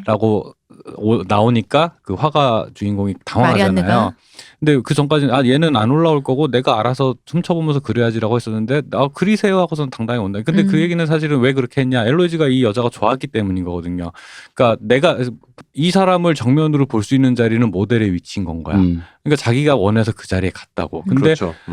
근데 그걸 갖다가 항상 보면은 되게 얄팍한 서사, 얄팍한 페미니즘 서사나 얄팍한 무슨 피해자 서사를 보면은 강제로 마치 앞뒤 사정을 다 생략하고 강제로 올려서 강제로 찍어가지고 그걸 막 그 착취해가지고 갖다 팔고 뭐 이런 식으로 해서 난 피해자고 원하지 않아. 이런 식으로만 생각을 하는데 누가 어떤 맥락에서 어떤 걸 원해서 그 위치에 갔는지에 대해서도 생각을 해야지 그걸 자꾸 생략시키면 그게 오히려 착취라는 건 거지. 그러다 보면 이런 엘로이즈의 얘기가 갑자기 들어오는 순간 그런 류의 단순화된 서사에서 엘로이즈가 갑자기 외삽되잖아요. 이렇게 서사 밑밥을 안 깔고 그러면은 이 여태까지 피해자 가해자 구도로 뭔가 지금 내가 지금 그 캠페인을 하고 있었잖아. 그러니까 어쩔 수 없어 이거 의도적으로 누락을 할 수밖에 없어요. 이 부분을 그녀들의 감정이나 아니야 너는 피해자로 있어야 돼. 조용히 해. 넌 피해자야 그냥. 근데 그녀들의 그러니까 엘로이즈가 여기서 굉장히 주체적이거든요. 네. 내가 그리고 싶을 때 그려. 나를 그려. 그 둘의 관계에서도 네, 엘로이즈가 그렇죠. 주체적이죠. 오히려 그 자기가 권력을 가졌다고 생각했던 마리안네가 그리다 보니까 약간 뜨끔하는 지점들이 그렇죠. 여기 되게 여러 군데가 나오잖아요. 그럼으로써 그 기록을 하는 그 부분들이 계속 그 기록 매체에서의 그런 역할들 속에서 그러니까 누가 누구를 그렸는데 누가 그 부분을 내가 예를 들어 당신을 대상으로 내가 나의 작품에 그걸 남겼는데 그것이 온전히 착취하는 게 아니라 그려지는 당사자 자신도 자신의 의지가 거기에 관철된다라는 거를 보여준다. 그게 적나라한 얘가 둘이 헤어지고 나중에 그녀의 소식을 듣게 될 수 있을 법한 그녀의 새로운 초상화, 그녀가 결혼하고를 보면 거기에 그러니까 마리안느가 본인의 작품을 냈던 그 뭐지? 전시회. 전시회에서 작품 목록이 있을 거 아니에요. 쭉 보다가 엘로이즈가 그려진 어떤 그림을 발견하게 되는 거죠. 이미 엘로이즈는 이제 이 일이 지나고 밀라노로 가서 헤어져서 밀라노로 시집 가서 딸내미 낳고 살고. 귀부인이 된 거죠. 아들 같기도 하던데. 딸 아니었어요? 아들이었던 것 같은데. 어릴 땐 애들 머리 그래요? 기르고 하니까. 하여튼 뭐가 됐죠? 여하간 애를 낳고 살고 있죠. 어떤 거기에 그녀의 근황이 그려져 있는 거죠. 그쵸. 근데 그녀의 근황이 그림이 재밌는 게 그녀의 그녀를 너무 닮은. 이건 뭐 그녀의 시선, 마리안네 시선에서 보면 내가 사랑한 여자를 너무 닮은 아이와 애가 있는 거고 거기에 그녀가 꼭 간직했을 책에 내가 그려준 그림이 그려진 페이지가 있어요. 28페이지. 그 28페이지를 굳이 손가락 찍고 있는데 그건 뭐겠어. 그 마리안느가 그림을 그리는 초상화가 돼. 내가 이 페이지를 이렇게 찍고 28페이지가 보이게끔 그려라라고 주문했겠죠. 그렇죠. 그건 그녀가 주체로서 주문한 거예요. 내가 대상이 아니라. 어디선가 마리안느가 나를 볼 거야. 그러니까 그녀가 이미 이 기록에서 대상이 아니에요. 나의 요구와 니즈가 충분히 반영된 그림을 주문을 했고 그것이 반영된 결과물이라는 거지. 그게 아무리 외적으로는 우리 밀라노 가문에 시집온 우리 며느라기 애도 낳겠다. 또 이제 또 가족 사진 그치, 한번 그거 28페이지 펴봐. 그거 뭐야 그거. 애도 낳겠다. 이게 사실 그 못 푸는 거잖아. 우리 며느리가 추나를 좋아하는구나. 그런 거지. 약간 박찬욱 영화 같은데 순간적으로. 그거를 추나를 펼치는 순간 이제 박찬욱 그렇게 되는 거죠. 근데 이게 진짜로 좀 말씀 나누다 보니까 저도 든 생각이 저는 이제 촬영하는 사람이었잖아요. 네. 근데 흔히 일방적인 관계라고 생각하기 쉽거든요. 이쪽이든 저쪽이든. 예를 들면 배우한테 이런저런 주문을 촬영 감독이 한다고요. 내가 바닥에다 막히게 놓는데 서줘야지 네가 프레이밍이 되는 거야. 네가 어느 타이밍에 고개를 어떻게 돌려야 내가 포커스를 저쪽으로 넘길 거야. 뭐 이런 기술적인 주문들을 하게 되면 연기가 거기에 종속이 되죠. 근데 어떤 순간 애들은 그거 못지않게 굉장히 많은 순간에 배우의 연기에 카메라가 종속되는 순간들이 있거든요. 그럼요. 팔로우 할 네, 수도 되죠. 당연하죠. 네. 그러니까 카메라가 움직일 수 있는 동의는 대부분 연기로부터 나온단 말이죠. 그러니까 이게 굉장히 상호적인 관계인데 그냥 아까 박 박사님 말씀하신 대로 누군가 대상화가 되면 그것을 찍고 있는 사람 혹은 그리는 사람이 일방적으로 주도권을 갖고 있게 되고 여긴 굉장히 필동적이다라고 생각하기 쉬운 것들이 사실은 그렇지 않다라는 그죠. 거죠. 그게 함정이라고 봐요. 그런 것들이. 그래서 이게 아마 이건 그냥 이게 얄짤없다는 게 뭐냐면 다른 해석보다는 그냥 얄짤없이 그냥 이 얘기를 하고 있어요. 네. 페미니즘 그리고 시선에서 자꾸 착취 얘기하는데 바로 그 시선을 다루고 있는 페미니즘 캠페인에서 여성주의 서사에서 그 시선에 대한 얘기는 되게 중요한 부분을 차지하다 보니까 나는 이 영화는 그 얘기를 다루고 있다. 그것도 다르게 표현하자면 착취적일 수 있는 어떤 시선 안에서 주체성을 어떻게 찾을 수 있겠냐라는 의미의 얘기일 수도 있을 것 같고요. 그리고 셀리시아마 감독이 실제로 그런 얘기를 했단 말이에요. 본인이 어떤 영화제에 가서 화가와 모델의 관계 그리고 신화적인 뮤즈의 의미를 재해석하려고 했다. 여성에 대한 페티시로 점철된 뮤즈란 사실 존재하지 않는다는 걸 우린 잘 안다. 모델이라고 해서 그녀가 예술의 완성에 기여하는 또 하나의 지성이자 협력자가 되지 말란 법이 없다. 그러니까 저희가 우리 그때 뮤즈 특집에서 이런 얘기를 했잖아요. 그녀가 무조건 단순한 피해자로 무슨 피카소나 누구에게 착취당해서 라기보다는 또 다른 의미의 그들이 어쨌든 그 상황에서 그게 누가 피카소 그림을 그려야 했던 혹은 뭐 대상이 되는 사람이 먹고 살기 위해서 뭐 같이 뭐 이렇게 그 집에 뭐 살았던 어떤 남녀가 어쨌든 그 상황을 돌파하기 위한 남녀든 아니든 그렇죠. 그러니까 동반자로서 그 어떤 그 관계가 거기를 돌파하기 위한 그 일종의 협조 전략, 그 어떤 생존 전략, 그 협동 모델로서의 그런 전략이라는 것도 존재한다라는 얘기인데 그 얘기를 하기까지가 이제 지난하다는 거죠. 왜냐하면, 왜냐면 시선이 권력이다라는 말은 쉬운데 그게 아니라라고 말하기 되게 이렇게 2시간 동안 주구장창 얘기를 해야지만이 펼쳐진다는 거지. 그리고 보면은 이제 신화라는 얘기를 했으니까 이게 사실은 그 오르페우스 신화에서 네. 노골적인 인용을 하고 있는 이야기의 이미지들이 그렇죠. 오르페우스의 있거든요. 에우리디케 얘기를 네, 첫 장면도 사실은 그 배를 타고 뱃사공이 그 마치 그 레테의 강을 그렇죠. 지나는 것 건너가는 같은. 것처럼 뱃사공이 요단강 아니었어요? 그게 이제 동양에서 요단강이죠. 우아하게 흐르던 그렇죠. 한강. 저승으로 넘어가듯이. 네. 사실 거기도 이렇게 저승 같아요. 보면 사실은 그 맞아요. 어두운 벽의 렘브란트 같은 그 조명과 이런 거에. 그래서 거기로 이제 넘어가고 그래서 그 3명이 그 하녀까지 해서 이제 그 집안의 짱인 그 어머님, 무서운 어머님이 자리를 비운 사이 엘로이즈와 그 집의 딸인 아가씨인 엘로이즈, 화가인 마리안느 그리고 그 하녀인 소피. 하녀 3명이서 되게 평등한 관계로 그쵸. 이제 셋이서 약간 즐거운 시간을 보내는데 이들이 저거 오르페우스 신화 얘기를 이렇게 읽어요. 읽으면서 하는 얘기가 왜 보통 오르페우스가 다 떠난 줄 왜 그 제일 유명한 신화가 명계를 다 벗어난 줄 알고 돌아봤다가 절대 돌아보지 말라고 하데스가 돌아보지 말라고 했는데 그러니까 에우리디케가 죽어서 네. 오르페우스 너무 슬픈데 그녀를 데리러 이제 하계로 갔다가 그 본인의 노래로 그들의 네. 마음을 다시 사로잡아서 네, 그럼 네, 좋다 네. 데려가라. 근데 네. 명계를 다 지나가기 전까지 절대 네. 돌아보면 안 된다는 게 조건이었는데 네네. 본인이 밝은 대로 나오고 난 후에 다 왔나 하고는 돌아봤다가 에우리디케가 다시 명계로 간다는 얘기잖아요. 그 사건에 대한 해석을 셋이 각각 다르게 하고 있어요. 막 그 소피 하녀는 왜 돌아보냐고 화를 내고 그렇죠. 그리고 저기 우리 엘로이즈는 엘로이즈가 거기서 하는 얘기가 되게 나름 신선한 해석이고 주제의식을 반영하는 게 뭐냐면 아니 에우리디케가 불렀을 수도 있지 않냐. 돌아보라고 했지 않을까? 근데 이게 뭐냐면은 이 처음 영화 시작할 때도 왜 그 엘로이즈 언니가 죽었다는 암시를 하면서 시작을 네. 하잖아요. 그러니까 죽음이라는 건 언제든 우리를 사로잡을 수 있단 말이죠. 언제든. 이게 늦고 빠르고의 차이만 있다 뿐이지 언제든 죽음은 우리를 사로잡게 돼 있는데 그럼 그 사이에 살아있는 동안 뭐 사랑도 있고 여러 가지 사건이 있는데 그러면은 이 순간에 사랑이 생생하게 눈앞에 있는데 그러면은 언젠가 끝날지 모르는 이 일에 대해서 우리가 뭐 때를 기다리고 어쩌고 이런다는 게 얼마나 의미가 있겠냐. 지금 이 순간에 지금 느끼는 이 사랑에 대해서 우리가 좀 더 절절하게 느끼면서 사는 게 더 중요하지 않겠냐. 그러니까 죽음이고 뭐고 간에 내가 사랑하는 저 사람을 보고 이름을 부른다라고 하는 것. 우리의 어차피 이 둘은 언젠가는 끝나는 관계인 거예요. 그러니까 에우리디케든 오르페우스든 혹은 엘로이즈든 마리안느든 이 관계의 끝은 정해져 있단 말이야. 이거는 남녀 뭐 여여 커플이어서 안 된다가 아니라 사람의 관계는 언젠가 끝이 난단 말이에요. 그러니까 그게 내가 이 사람을 이 순간에 너무 보고 싶어 불러서 그게 죽음을 불러왔다 한들 이 죽음은 언젠가 올 죽음이었다라는 거지.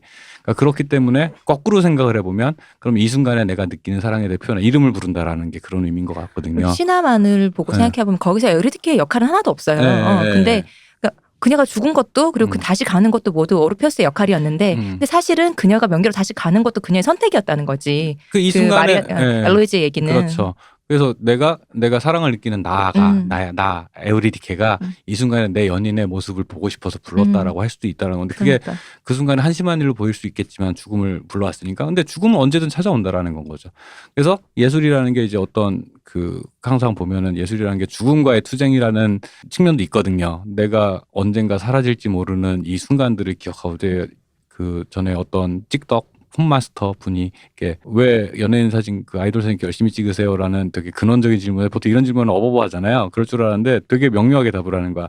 자꾸 잊어버려서요라고 답을 하는 거야. 그것도 또 다른 의미로 그 얘기 하시잖아요. 우리 또 아이돌 덕후로 또 유명하신 박소연 씨가 공연을 여러 번 가는데 왜 여러 번 가? 하늘 아래 똑같은 공연은 없다. 그러니까 하늘에 똑같은 색조가 없듯이. 그럼요. 그러니까 그런 유한성 유한성과 싸우는 것이 사실은 삶이고 예술인 건데 그게 그림의 형태로 어떤 특정한 순간을 어떤 이미지로 재현해서 기억하고자 하는 의지 그리고 음악으로서 그 음악이 그 시간 유한한 시간 안에서 음악 안에서 어떤 기억을 다시 환기시키는 어떤 감정을 환기시키는 요 과정들이 다 예술이 하는 일인데 문제는 이것들이 다 유한하다라는 거죠.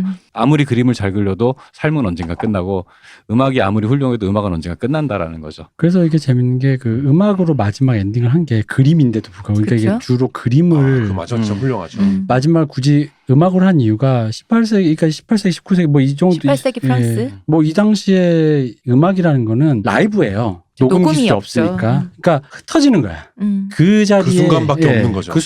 그 순간에 거기 가서 듣지 않으면 그 소리는 없는 거예요. 그리고 볼 수 있는 건 악보라는 거지. 악보고 악보를 갖고 뭐 내가 제한적인 악기로라만 재현해 보면 완전하게 작곡가 이상이 구현되지 않은 어떤 그냥 이런 멜로디구나 같은 이런 흐름이구나 같은 것만 캐치할 수 있는 거죠.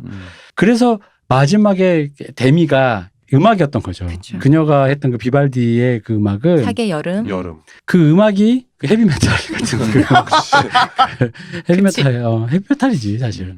그 헤비메탈 같은 그게 그 순간에 그 자리에서 퍼져 나왔을 때 그 뭔가 그 감동이 지금 이 순간에만 느낄 수 없고 그래서 둘이 헤어지기 바로 직전에 자꾸 이제 내일 어머니가 오시니까 왠지 사람이 그렇잖아. 사람이 일요일 오후가 되면요 점심만 먹어도 이미 월요일을 살아요. 그쵸. 이미 난 출근하고 있어. 짜증나. 일요일을 이제 1시인데 그러거든요. 사람은 시간을 산단 말이에요. 여러분이 뭘 알아? 출근 아무도 안 하면서. 난 해봤다. 저 합니다. 저는 정 그러면 휴강을 때릴 수 있습니다. 그러니까 여러분이 뭘 알아? 근데 사람이라는 게 그러다 보니까 지금 당장 누려야 되는데 아직 오지 않은 것 때문에 일요일은 아직 남았어. 그게 사람이라서 그런 것도 있죠, 사실. 근데 자꾸 이미 월요일을 사는 거야. 내일 이미 나 출근할 거 자꾸 그것 때문에 오늘 하루도 갑자기 체해. 점심 먹었는데. 그래서 여기 그 말이 나오잖아요. 그 말로까지 친절하게 설명해주잖아. 후회하지 마. 후회하지 기억해. 말고 기억해. 지금 이 순간을 누리라는 거죠. 기억하고 이 순간이 가장 중요했다라는 거를 이미 지금 월요일을 살지 마. 넌 아직 일요일이야. 라는 얘기를 하는데 음악이 그래서 그 장면을 굉장히 상징적으로 묘사하는 거예요. 이 음악은 흩어진다. 아까 직전에 박 박사님 얘기했던 그 유한성에 대한 또 네, 얘기기도 맞아요. 하잖아요. 네. 그러니까 그 마지막 장면이 훌륭한 이유는 그 관현악단의 연주를 듣고 있는 그 마리안느 아니 엘로이즈. 엘로이즈의 바스트샷을 쭉 밀고 가거든요. 네. 진짜 뚝심 있게 아주 오랫동안 흐느끼면서 이제 음악을 듣고 있는데 저 연주를 보고 있는데 그가 바라보는 그 관현악단을 보여주거나 혹은 멀리서 엘로이즈를 바라보는 있는 마리안느를 마리안느를 보여주지 않아요. 네. 진짜 뚝심 있게 그 바스트샷만 유지하고 그 영화가 끝맺음이 되거든요. 그러니까 얄짤이 없다는 거죠, 이 영화가. 그렇죠. 또 하나 측면에서 굉장히 얄짤 없는 게 우리가 아날람에서 늘 얘기하는 내용과 형식은 분리할 수 없다. 형식이고 내용이고 내용이고 형식이다라고 얘기하는 게 아까 박 박사님 저 렘브란트 얘기 잠깐 하셨는데 이 영화의 촬영을 보면 정말 렘브란트 그림처럼 촬영을 해놨어요. 그 밤 장면 실내에서 어둡게 이렇게 촛불 같은 걸로 조명을 해놓은 것 같은 설정의 어두운 장면들을 보면 영락없이 렘브란트의 그렇죠. 조명 그림이고 낮 장면이어서 조금 환한 그런 룩에서는 뭐 르누아르라던가 네. 뭐 이런 화가들의 그림처럼 이렇게 촬영 조명을 해놨거든요. 그리고 마리안느가 왜 환영을 보잖아요. 엘로이즈 환영을 보면 또 클림트 그림 같은 그렇죠. 그런 예. 느낌이죠. 그러니까 이제 그림을 소재로 그림 그리는 사람에 대한 얘기 뭐 그런 걸 가지고 영화를 찍었는데 그 내용을 그 뒷받침하기 위한 촬영 조명의 형식이 영락없이 그런 그림이라는 거지. 그러니까 진짜 이거 얄짤없이 딱딱 떨어지게 만든 영화. 뭐 뒤로 가면은 흰 소복을 입은 그거 결혼식 때 입는 웨딩 드레스라고. 그렇죠. 흰 소복 같은 흰 속처럼 등장하죠. 영웅의 그 시즌에. 담차. 영웅의 담차. 그 장면이 되게 뜬금없지만 그쵸. 저는 나름 되게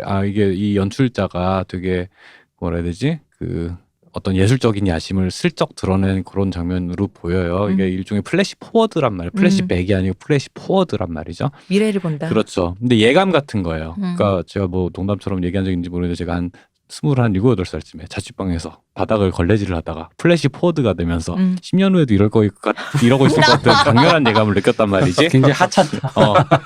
근데 실제로 그렇게 됐어. 자취방에서 여전히 10년 후에도 이렇게 하고 있는 거예요. 근데 그런 종류의 운명의 예감이라는 게 있어요. 근데 이게 사실은 삶이 아무리 예측 불가라고 해도 어느 정도 예측 가능한 어떤 예감이라는 건 항상 있거든요. 그리고 그런 예감은 보통 슬리지가 않죠. 그리고 아까 후회하지만 기억했지만 그 플래시 포워드의 감각 때문에 그렇지. 이미 월요일을 살면서 괴로워하는 거야. 내일도 당연히 네. 출근할 거거든. 맞아요. 예. 그걸 되게 시각적으로 되게 과감한 게 시각화한 장면이거든요. 그죠. 이게 예. 그런 장면들이 되게 사실 그거 되게 그런 걸 구현하기 쉽지 않은데 되게 사실은 이게 뭐야 웃긴데 이럴 수 이렇게 갑자기 이런 게 왜 나와 싶은데. 근데 그 자신감이거든요. 그게 앞뒤 맥락과 맞추면 정말 좋은 장면이고 그 얄짤없는 장면이 그래서 마지막에 실제로 환영을 보다가 마지막 떠나는 날 그녀가 실제 그 옷을 보여주려고 뒤돌아봐. 떠나고 그렇죠. 있는 마리안나한테 돌아봐 이러잖아요. 근데 사실 그 돌아봤을 때 그 타이밍 커트 타이밍 있잖아요. 되게 짧죠. 되게 짧잖아요. 그거 정말 보고, 잠깐 보여주잖아요. 그거 보고 정말 감독님 너무 얄짤이 없는 그거를 거야. 만약에 짧게 찍었으면 감독이 진짜 얄짤 없는 거고요. 그 편집실에서 거기서 말을 안 주고 자른 거면 편집 기사 진짜 얄짤 없는 사람인 거예요. 근데 뭐가 됐든 예. 이게 영화가 전체적으로 그런 구성이라는 거지. 그게 보통은 그런 장면이면 중요하니까 길게 그러니까 그렇죠. 여운이지, 여운. 건데. 서로 눈빛을 주고받으며. 근데 여기 이 영화에서는 사실은 어떤 삶의 어떤 순간들은 찰나로 다 지나가거든요. 찰나로 지나간단 말이야. 그 찰나 안을 채우는 어떤 기억들이라는 게 사실은 예술적으로 승화되는 거니까. 그래서 그런 삶은 찰나처럼 지나간다. 화살처럼 지나가고 그 순간순간 우리가 남은 인상들을 기억하고 그걸 갖다가 잊지 못하고 잊기 싫어서 그림으로 재현하기도 하고 음악으로 재현하기도 하고. 그래서 마지막 오케스트라를 보는 장면 보면은 그 처음에는 마리안의 시점샷인 것처럼 시작을 해요. 그쵸. 근데 이게 쭉 밀고 들어가다면 이 시선의 주인공이 사실은 마리안네였다라는 사실이 사라져요. 그렇죠. 저는 객관적 카메라가 되버리죠. 예, 어느 순간. 저는 그게 되게 의도적으로 이제 어떤 그 흔히 말하는 샷플랜에서 되게 세련된 접근이었다라는 그렇죠. 생각이 드는 거예요. 이게 실은 마리안의 시선이야라는 걸 리프레시 시키는 게 아니라 전형적으로 그렇게 하는 게 아니라 그걸 오히려 뒤집어서 시점샷으로 보였지 아니야라고 강조를 해주니까 그걸 길게 보여준 이유가 사실은 그거든요. 그죠. 이게 맥락상에서 예. 주관적 카메라가 객관적 카메라로 바뀌어버리는 순간이거든요. 샷을 끊지 않았는데. 뭔가 그래비티적 모먼트인데. 예, 이거 되게 훌륭한 접근이었던 것 같아요. 그거는. 그러니까 왜냐면 그걸 쭉 밀고 들어가니까 처음엔 그런 거니까 왜 마리안네의 감상으로 그녀를 그쵸. 보잖아요. 이게 왜 그냐면 마리안느의 시선에서 내가 그리워했던 그녀가라는 게 첫 시선이에요. 근데 그랬으면 다시 마리안느로 돌아와야 되는데. 객관적인 카메라가 대리는 쭉 들어가다 보니까 마리안느는 둘째치고 엘로이즈가 이 음악을 들었을 때 드디어 듣는구나라는 엘로이즈의 감상에 다가가게 돼요. 그 순간 그렇죠. 이 시선은 객관적인 카메라가 되는 거예요. 음. 이 전환이 굉장히 놀라운 거고 그렇죠. 그 되게 카메라를 그냥 밀므로써 음. 세련되게 그 역시 헤비메탈은 위대하다. 그러면서 의미적으로도 그 되게 수동적이고 그 시대적인 배경에 의해서 어쩔 수 없이 수동적인 삶을 살게 돼서 대상으로만 이 역사 안에서 대상으로만 잊혀진 줄 알았던 잊혀지기 쉬운 여성이 그 안에서 어떤 예술을 감상하고 어떤 감정을 느끼고 어떤 기억을 하고 자기 의사를 표현하는 그런 살아있는 존재로서 주체성 있는 삶의 주체인 존재로서 다시 같은 샷 안에서 그렇죠. 변화하는 그쵸. 장면인 건 거죠. 그래서 절대 네. 마리안의 시선에 걸친 게 아니라 엘로이즈 본인의 진짜 그녀의 그 자체 주체가 느낀 감정으로 영화가 딱 끝나버리는 그렇죠. 거잖아요. 예. 그래서 첫 장면을 생각해보면 맨 처음에 첫 커트는 마리안느의 얼굴이에요. 그거는 화가 그 지망생들이 선생님의 얼굴을 바라보는 거기에서 대상이지만 이 이야기의 화자이기도 한 사람으로 시작해서 이 사람이 사랑했는데 대상으로 그림을 그리려고 했던 그 대상이 자신의 감정을 주체성을 보여주면서 끝을 나는 요 대꾸를 이루는 그죠. 것들 그런 것들이 보면은 되게 이 왁구가 너무 잘 맞아서 그리고 이 영화가 좋았던 게 뭐냐면 이 왁구가 잘 맞으면 약간 드라이할 수 얄짤없다 보니까 드라이한데 영화가 마지막까지 보고 나면 이 마지막에 눈물이 진짜. 눈물이 막 Rock will never die. We will rock you. will rock you. 야씨 비발디 역시 최고야. 그래서 영화가 되게 점잖게 찍은 것처럼 얼핏 보면 그렇게 느껴지는데 격정적이야. 예, 맞아요. 구석구석 되게 파워풀하고 샷들이 되게 파워풀해요. 엘로이즈랑 같이 눈물 흘리면서 끝나요. 되게 파워풀해서 여러분 타오른 연애 초상만 있는 게 아닙니다. 자 그래서 타오른 연애 초상 너무 좋은 영화. 네. 하지만 조금 얄짤 없는데. 너무 좋았어요. 저는 그 얄짤 없음도 좋았어요. 자 이제 그다음 저희가 트랜짓 이 영화를 이제 네. 좀 얘기할 건데 트랜짓은 전 사실 좀 잘 모르겠어요. 트랜짓. 이게 저도 트랜짓에는 약간 동의하지 않아요. 이거는 여러분들이 이제 그 헐리우드에 담궈진 그런 설탕물에 절인 뇌와 눈을 좀 씻어야 돼. 그래서 내가 이걸 뽑은 거야. 너희들이 너무 그런 거에 절여져 있어. 사탕 이런 거 먹다 보니까 약간 이렇게 조금 감칠맛 나는 과메기 주니까 이게 음식이에요 이러는 건데. 왜 과메기 얼마나 맛있는데? 그러니까 이제 그런 맛을 내가 좀 여러분들한테 주려고 트랜짓. 근데 이제 트랜짓 이 영화는 저는 이렇게 표현할 수 있습니다. 약간 이런 쪽의 소설을 읽어보신 분들에게는 좀 동의할 수 있을 것 같은 게 카프카적 설정에 파트릭 모디아노의 인물들이 유유자적 걸어다니는 것 같은 카프카의 공간에 모디아노적 인물이 걸어다니는 것 같은 그런 이상한 기시감을 느꼈어요. 근데 정작 카프카는 유태인이고 모디아노는 프랑스인인데 감독님은 독일 사람이라는 거. 그리고 배경은 프랑스고요. 뭔가 굉장히 혼종인데 네. EU적이죠. K적이 아니라. 언어는 독일어인가요? 독일어 프랑스어 섞어서 섞어서 지금 나오는 했던 것 것 같아요. 같은데요. 네. 저도 사실은 구분을 안 되더라고요 보는데. 근데 이 영화 같은 경우에는 사실은 소설 원작이 수용소였나? 그 소설 원작이 있는데 이 소설 원작은 배경이 이제 2차 대전이에요. 2차 대전에 이제 독일군이 프랑스를 점령하려고 쪼여오는 그 배경인데 저는 처음에 영화 보면서 그런 원작이 있는 줄도 몰랐고 그리고 그냥 저는 보면서 그냥 그 르펜 같은 극우파가 정권 잡고 약간 그 프랑스인들을 핍박하는 약간 금일의 SF 설정인가?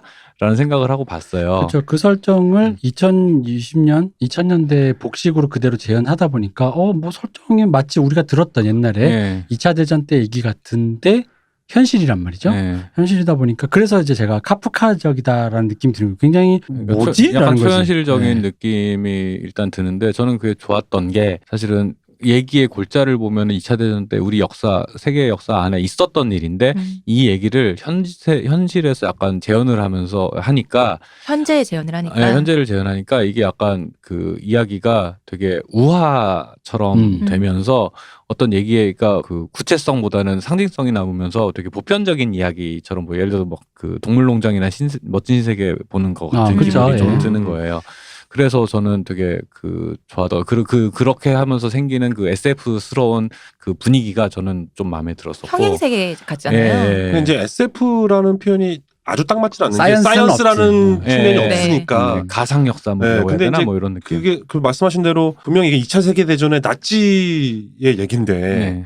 이게 지금 현대 나치가 있는 배경에 이제 그렇죠. 주인공이 나치 같잖아. 그러니까 그 시대의 얘긴데 나치가 프랑스를 독일군이 프랑스로 진주하던 시절의 얘긴데 이게 지금 현대 프랑스의 마르세유 배경으로 있단 말이죠. 그래서 경찰들 보면 지금 현대 경찰의 복장을 네. 하고 있잖아요. 네. 딱 하나 휴대폰이 없죠 거기에. 네, 그렇죠. 그래서 그 되게 뭐라 할까 되게 비현실적이면서도 네. 현실적인 네네네. 오묘한 근데 감각을 그걸 가지고 있죠. 섞어놓으니까 처음에는 하게 돼요. 네. 뭐지 어디 그러니까 배경이 현재 같은데 내용이 또 이상하니까 네네네. 머지가 되거든요. 그래서 이 두 영화를 제가 꼽은 게 타오르는 여인의 초상은 제가 사실 우리 박 박사는 잘합니다. 제가 사실 영화의 장르 중에서 굳이 좋아하는 건 멜로물인데 로맨스물인데 박 박사님이 네, 박 박사님이 잘 안다. 잘 저의 안다. 취향을. 대표님이 그렇다고. 제가 좀 그런 취향을 좋아하는데 타오르는 여인의 거짓말하지 마.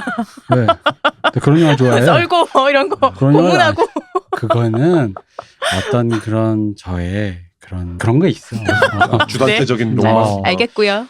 타오르는 여인의 초상은 그 흔히 말하는 얄짤없는 로맨스, 얄짤없는 멜랑콜리라고 하면 트랜짓은 기이한 멜랑콜리예요. 이게 또 굉장히 멜랑콜리한 영화인데 그 방금 말씀드린 그 이상한 기이함 때문에 방금 그 박박사 말한 대로 상징성이 굉장히 부각되면서 굉장히 우화적인 얘기가 되다 보니까 이 멜랑콜리가 단순히 두 사람이 사랑하는구나 그러니까 주인공이 뭐 만나서 뭐 로맨스를 느끼는구나 로만 이해하기에는 맞아요. 하는 지점들이 생기는 거예요. 타오르는 여인의 초상은 되게 구체적이에요, 사실은. 구체적인 감정에 대해서 얘기를 하고 있고 구체적인 상황에 대해서 얘기를 하고 있는데 그 트랜짓 같은 경우에는 일단 그 원래 있던 원전을 배경을 현대로 바꿈으로써 어떤 효과가 생기냐면은 그 사실은 나라 잃은 서름이라는 표현을 갖다가 되게 많이 쓰잖아. 나라 잃은 서름이니 뭐 연인을 잃어서 뭐 전쟁의 포화 속에 잃어버린 어떤 그러니까 그런 종류의 그 거대한 사건이 있으면 사람의 자기 개인은 너무 연약하잖아. 그 하다못해 쓰러져 가는 예, 개인이 우연히 되는 거죠. 재개발만 돼도 갈 데 없어서 날린 사람들이 네. 그렇게 많은데 근데 내가 저항할 수 없는 일들이잖아 사실은 그치, 나의 전쟁이라는. 불행에. 예. 근데 그런 상황이 됐을 때 그런 것들은 사실은 그 예를 들어서 뭐 갑자기 뭐 부모님 갑자기 돌아가신다든가 혹은 뭐 내가 사랑하는 연인 갑자기 잃는다 이런 것도 내가 어떻게 할 수 없는 되게 외부에서 발생하는 내가 어쩔 수 없는 사건이잖아요. 네. 근데 그럼 내가 잘못 살았기 때문에 그런 일이 벌어지냐? 아니거든요. 그냥 운명인 거예요, 그런 것들은. 근데 그런 운명들이 살면서 어릴 때부터 지금까지 오면서 내가 운이 없어서든 우연한 사건에 의해서든 그런 종류의 상실감은 늘 느낀단 말이야. 예를 들어서 어릴 때 키우던 개가 어떤 사고로 죽었어. 근데 그때 느꼈던 상실감이라는 건 영원히 안 채워지는 거거든요, 사실은. 근데 그런 종류의 결핍이 사람에게 생겼을 때 문제는 사람들이 계속 그 빈자리를 찾아댕겨 사실은. 이 트랜짓이라는 제목이 뭐냐면은 뭐 제가 느끼기엔 그 이게 환승이잖아요. 네. 환승 티켓이라고도 하고 뭐 환승인데 이제 갈아탄다라고 하는 건 뭐냐면 이미 상실은 이미 돼 있어. 그러니까 사람은 누구나 그런 종류의 상실이 있어. 팔이 진짜 말 그대로 파란 짝이 없어졌을 수도 있고 내 연인을 잃었을 수도 있고 내 가족을 잃었을 수도 나의 애완견을 잃었을 수도 있는데 문제는 사람들이 그 결핍을 계속 채우려고 찾아다녀요. 찾아다니니까 근데 왜 나치가 밀고 오니까 자기 원래 자리를 잃었으니 얼마나 많은 걸 잃었어 이 사람들이. 근데 그 사람들이 문제는 그 안에서 주인공은 되게 불황자처럼 이렇게 떠돌이처럼 살고 있는데 도망 다니고. 예, 도망자로 살고 있는데 이 사람이 계속 그 어떤 주인공 그 주변 인물 작가의 위치라든가 그 작가의 연인, 작가의 아내였던 사람의 그 남편의 위치 혹은 그 아버지 잃은 아이의 아버지의 위치 이런 것들을 갖다가 딱 맞진 않는데 그 위치에 자연스럽게 자꾸 들어가요. 스며 들어가요. 근데 문제는 이 사람 원래 그 거기 있던 사람이 아닌 건 거지. 그럼 또 밀려나게 돼 있거든 사람이라는 게. 근데 이 영혼이 그렇게 자리바꿈하는 과정이라는 거는 내 의지랑 상관없이 앞으로 살면서 계속 일어날 거라는 건 거죠. 근데 이 해결할 수 없는 이 상실감, 이 결핍이라는 것에 대해서 원래 2차 대전 배경의 소설이었지만 그 안에서 이 연출자는 이 상실감이라는 정수에 대해서 좀 엑기스를 뽑아내서 약간 우화적으로 만든 그런 이야기였다라고 저는 생각을 해요. 그래서 근데 꽤 우아라서 네. 사실 저는 이 영화를 다 봤을 때 였어요. 네. 진짜 다 보고 였단 말이에요. 다른 의미로 좀 더 시적이죠. 사실은. 그래서 그죠. 그러니까 하고 난 다음에 남는 감상은 타고난 도화살 남자들이 껌뻑죽죽밖에 없는 거야. 근데 이 영화를 여자 주인공이요. 그쵸. 우리 네. 마리가 그런 사람이잖아요. 그렇죠. 매력적이죠. 그러니까 여기서 재밌는 게 뭐 상실이란 말을 했는데 구체적으로 상실한 캐릭터들이 나오는 게 뭐냐면 그 처음에 작가가 바이델? 자살을 하고 그 작가가 쓴 소설을 남자 주인공이 우연히 얻게 되면서 득템하잖아. 네. 근데 그 남자가 그 작가가 죽은 이유는 뭐냐면 아내인 마리에게 결별 선언을 받았기 때문에 버림받아서 자기 삶에서 중요한 자기 아내 부부로서 완성돼 있었다가 상실했죠. 자기 와이프를. 그리고 그러고 나서 마릴세우로 도망가는 과정에서 그 누굴 도와주냐면 다리를 잃은 동료를 하나 그 도와줘요. 같이 밀항하는 그건 우리 거. 게오르크가 도와주는 게오르크 거죠. 남자 주인공이 네. 이제 데리고 넘어가는데 이분은 다리를 잃었어. 하인츠라는. 네, 하인츠라는 분. 그래서 다리를 잃었는데 이 사람의 다리가 되어서 도와주는데 이 사람이 그냥 사실 또 죽어버려요. 네. 그러면서 이 하인츠가 죽음으로써 아버지를 잃은 가족의 이 남자 주인공 게오르가 또 찾아가죠. 죽었다 말을 해줘야 되니까. 네, 근데 갔더니만은 거기 그 집의 아이는 마치 아버지인 것처럼 이 게오르그를 대한단 말이죠. 그러니까 사람들이 빈자리를 자꾸 채우려고 하고 빈자리를 채웠을 때 느껴지는 위화감이라는 것도 다시 또 같이 느껴지는 거예요. 여기는 완전한 내 자리가 아니지만 나는 이 자리에 자연스럽게 슬러 들어왔어. 그리고 상황이 여의치 않을 땐 또 다시 아마 밀려나게 될 거야.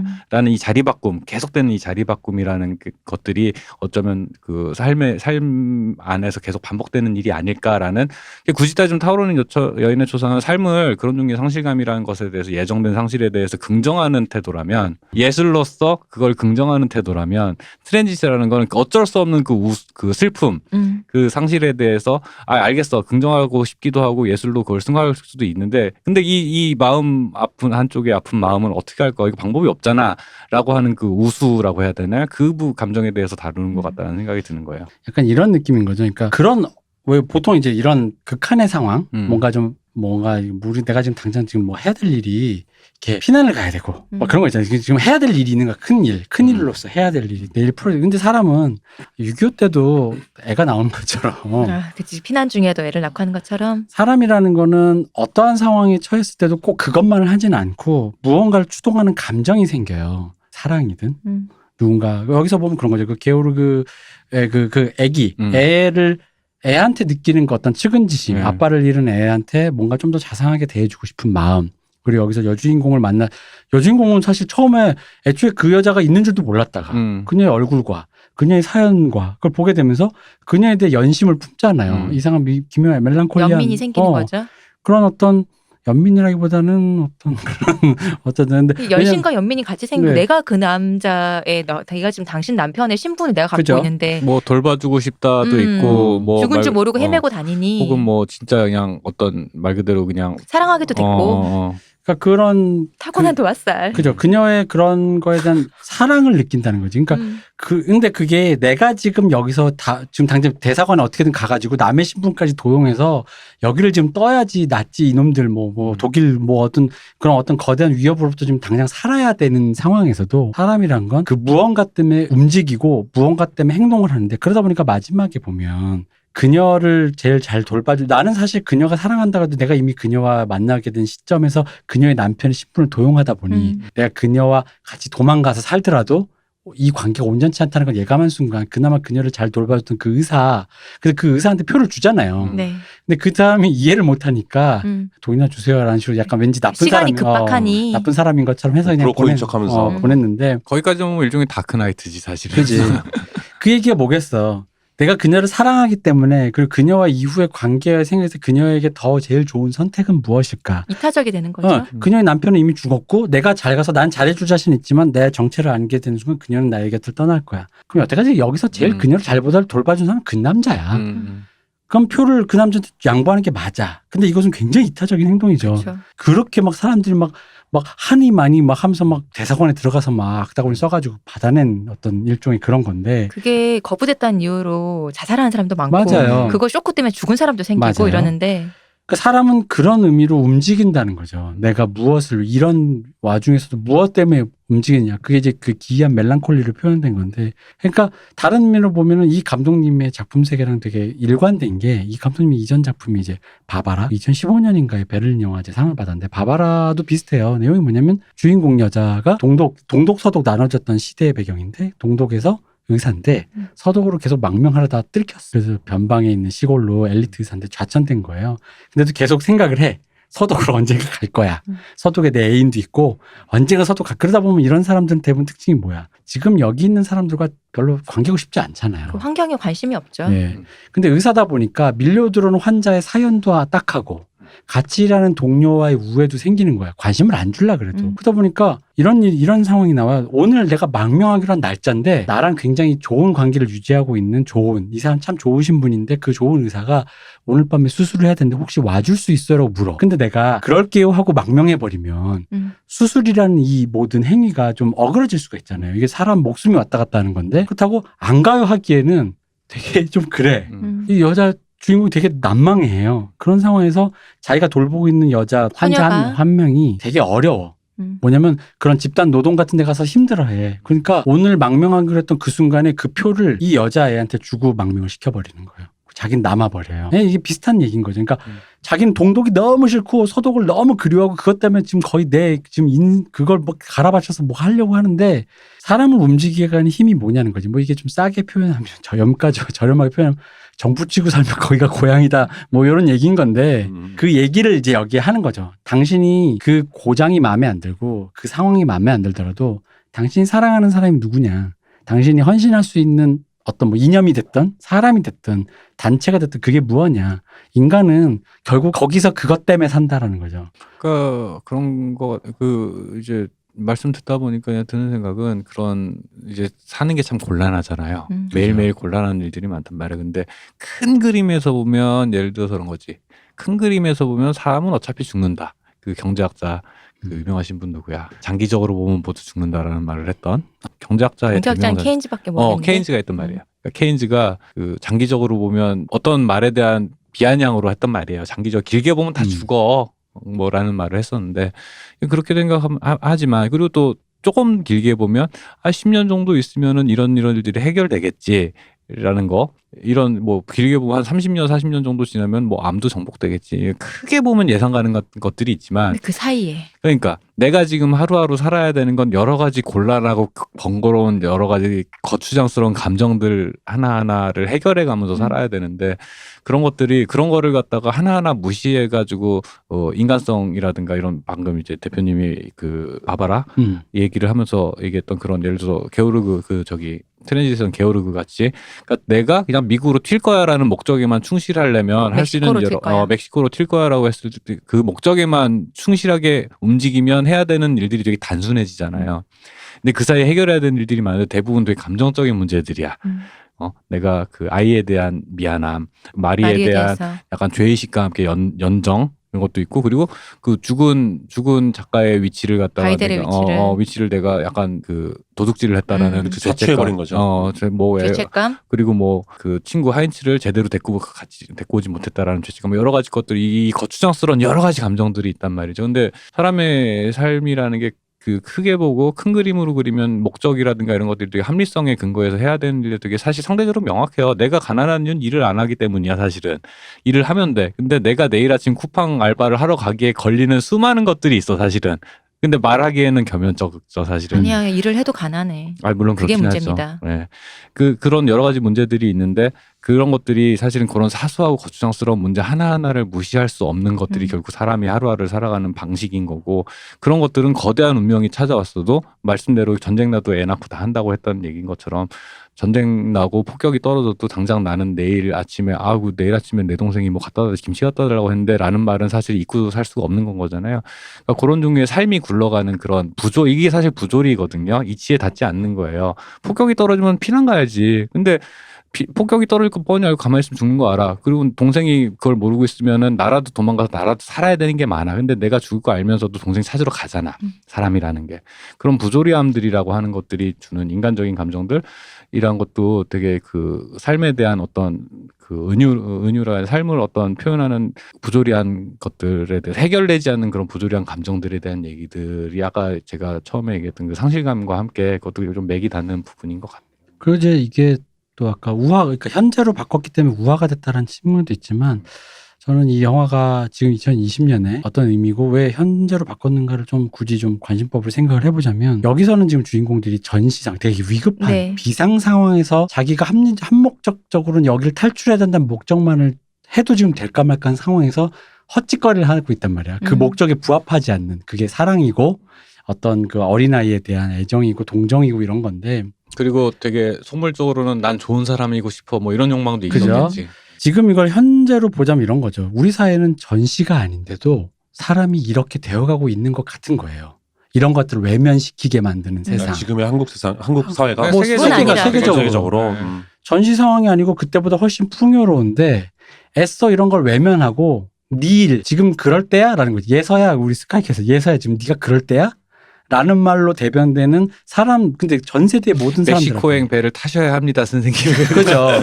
근데 여기서 아이러니가 멕시코행 배를 양보했더니 멕시코행 배가 가다가 자빠졌어요. 다 죽었대. 나는 근데 살았어. 이건 되게 인생의 아이러니거든요. 그렇죠. 한목적적으로 행동한다 해서 그 결과 항상 최선은 아니다라는. 근데 그렇다고 해서 내가 지금 살았지만 독일군이 뭐 다음 주든 뭐 내려오면 내가 또 어떻게 될지 몰라. 그리고 그 내가 살았다고 해서 느끼는 제일 먼저 드는 감정 안도감은 절대 아니라는 거죠. 그렇죠. 상실감인 거죠. 그녀를 기껏 사랑하는 그녀를 태워보내면서 그녀에게 제일 도움이 될 만한 사람을 내가 아니다라는 굉장히 냉정한 결정하에 다른 사람을 태워서 눈물겹게 보냈더니 죽었어. 그러니까 이게 근데 시대가 지금 사실 사람들을 그렇게 만들고 있는 시대라고 나는 생각을 해요. 그러니까 이런 식으로 옆에서 돌아보지 않는. 그러니까 흔히 말하는 아까 펜트하우스적으로 얘기하면 주단태 같은 사람들만 만들어내는 것 같은. 사람이란 게 그렇다 지나가다가 오윤희 같은 사람이 있으면 불쌍하니까 뭔가 돌아볼 수도 있는데, 오윤희 같은 사람 돌아보지 않으니까 오윤희 같은 사람도 악다구니가 생기는 거죠.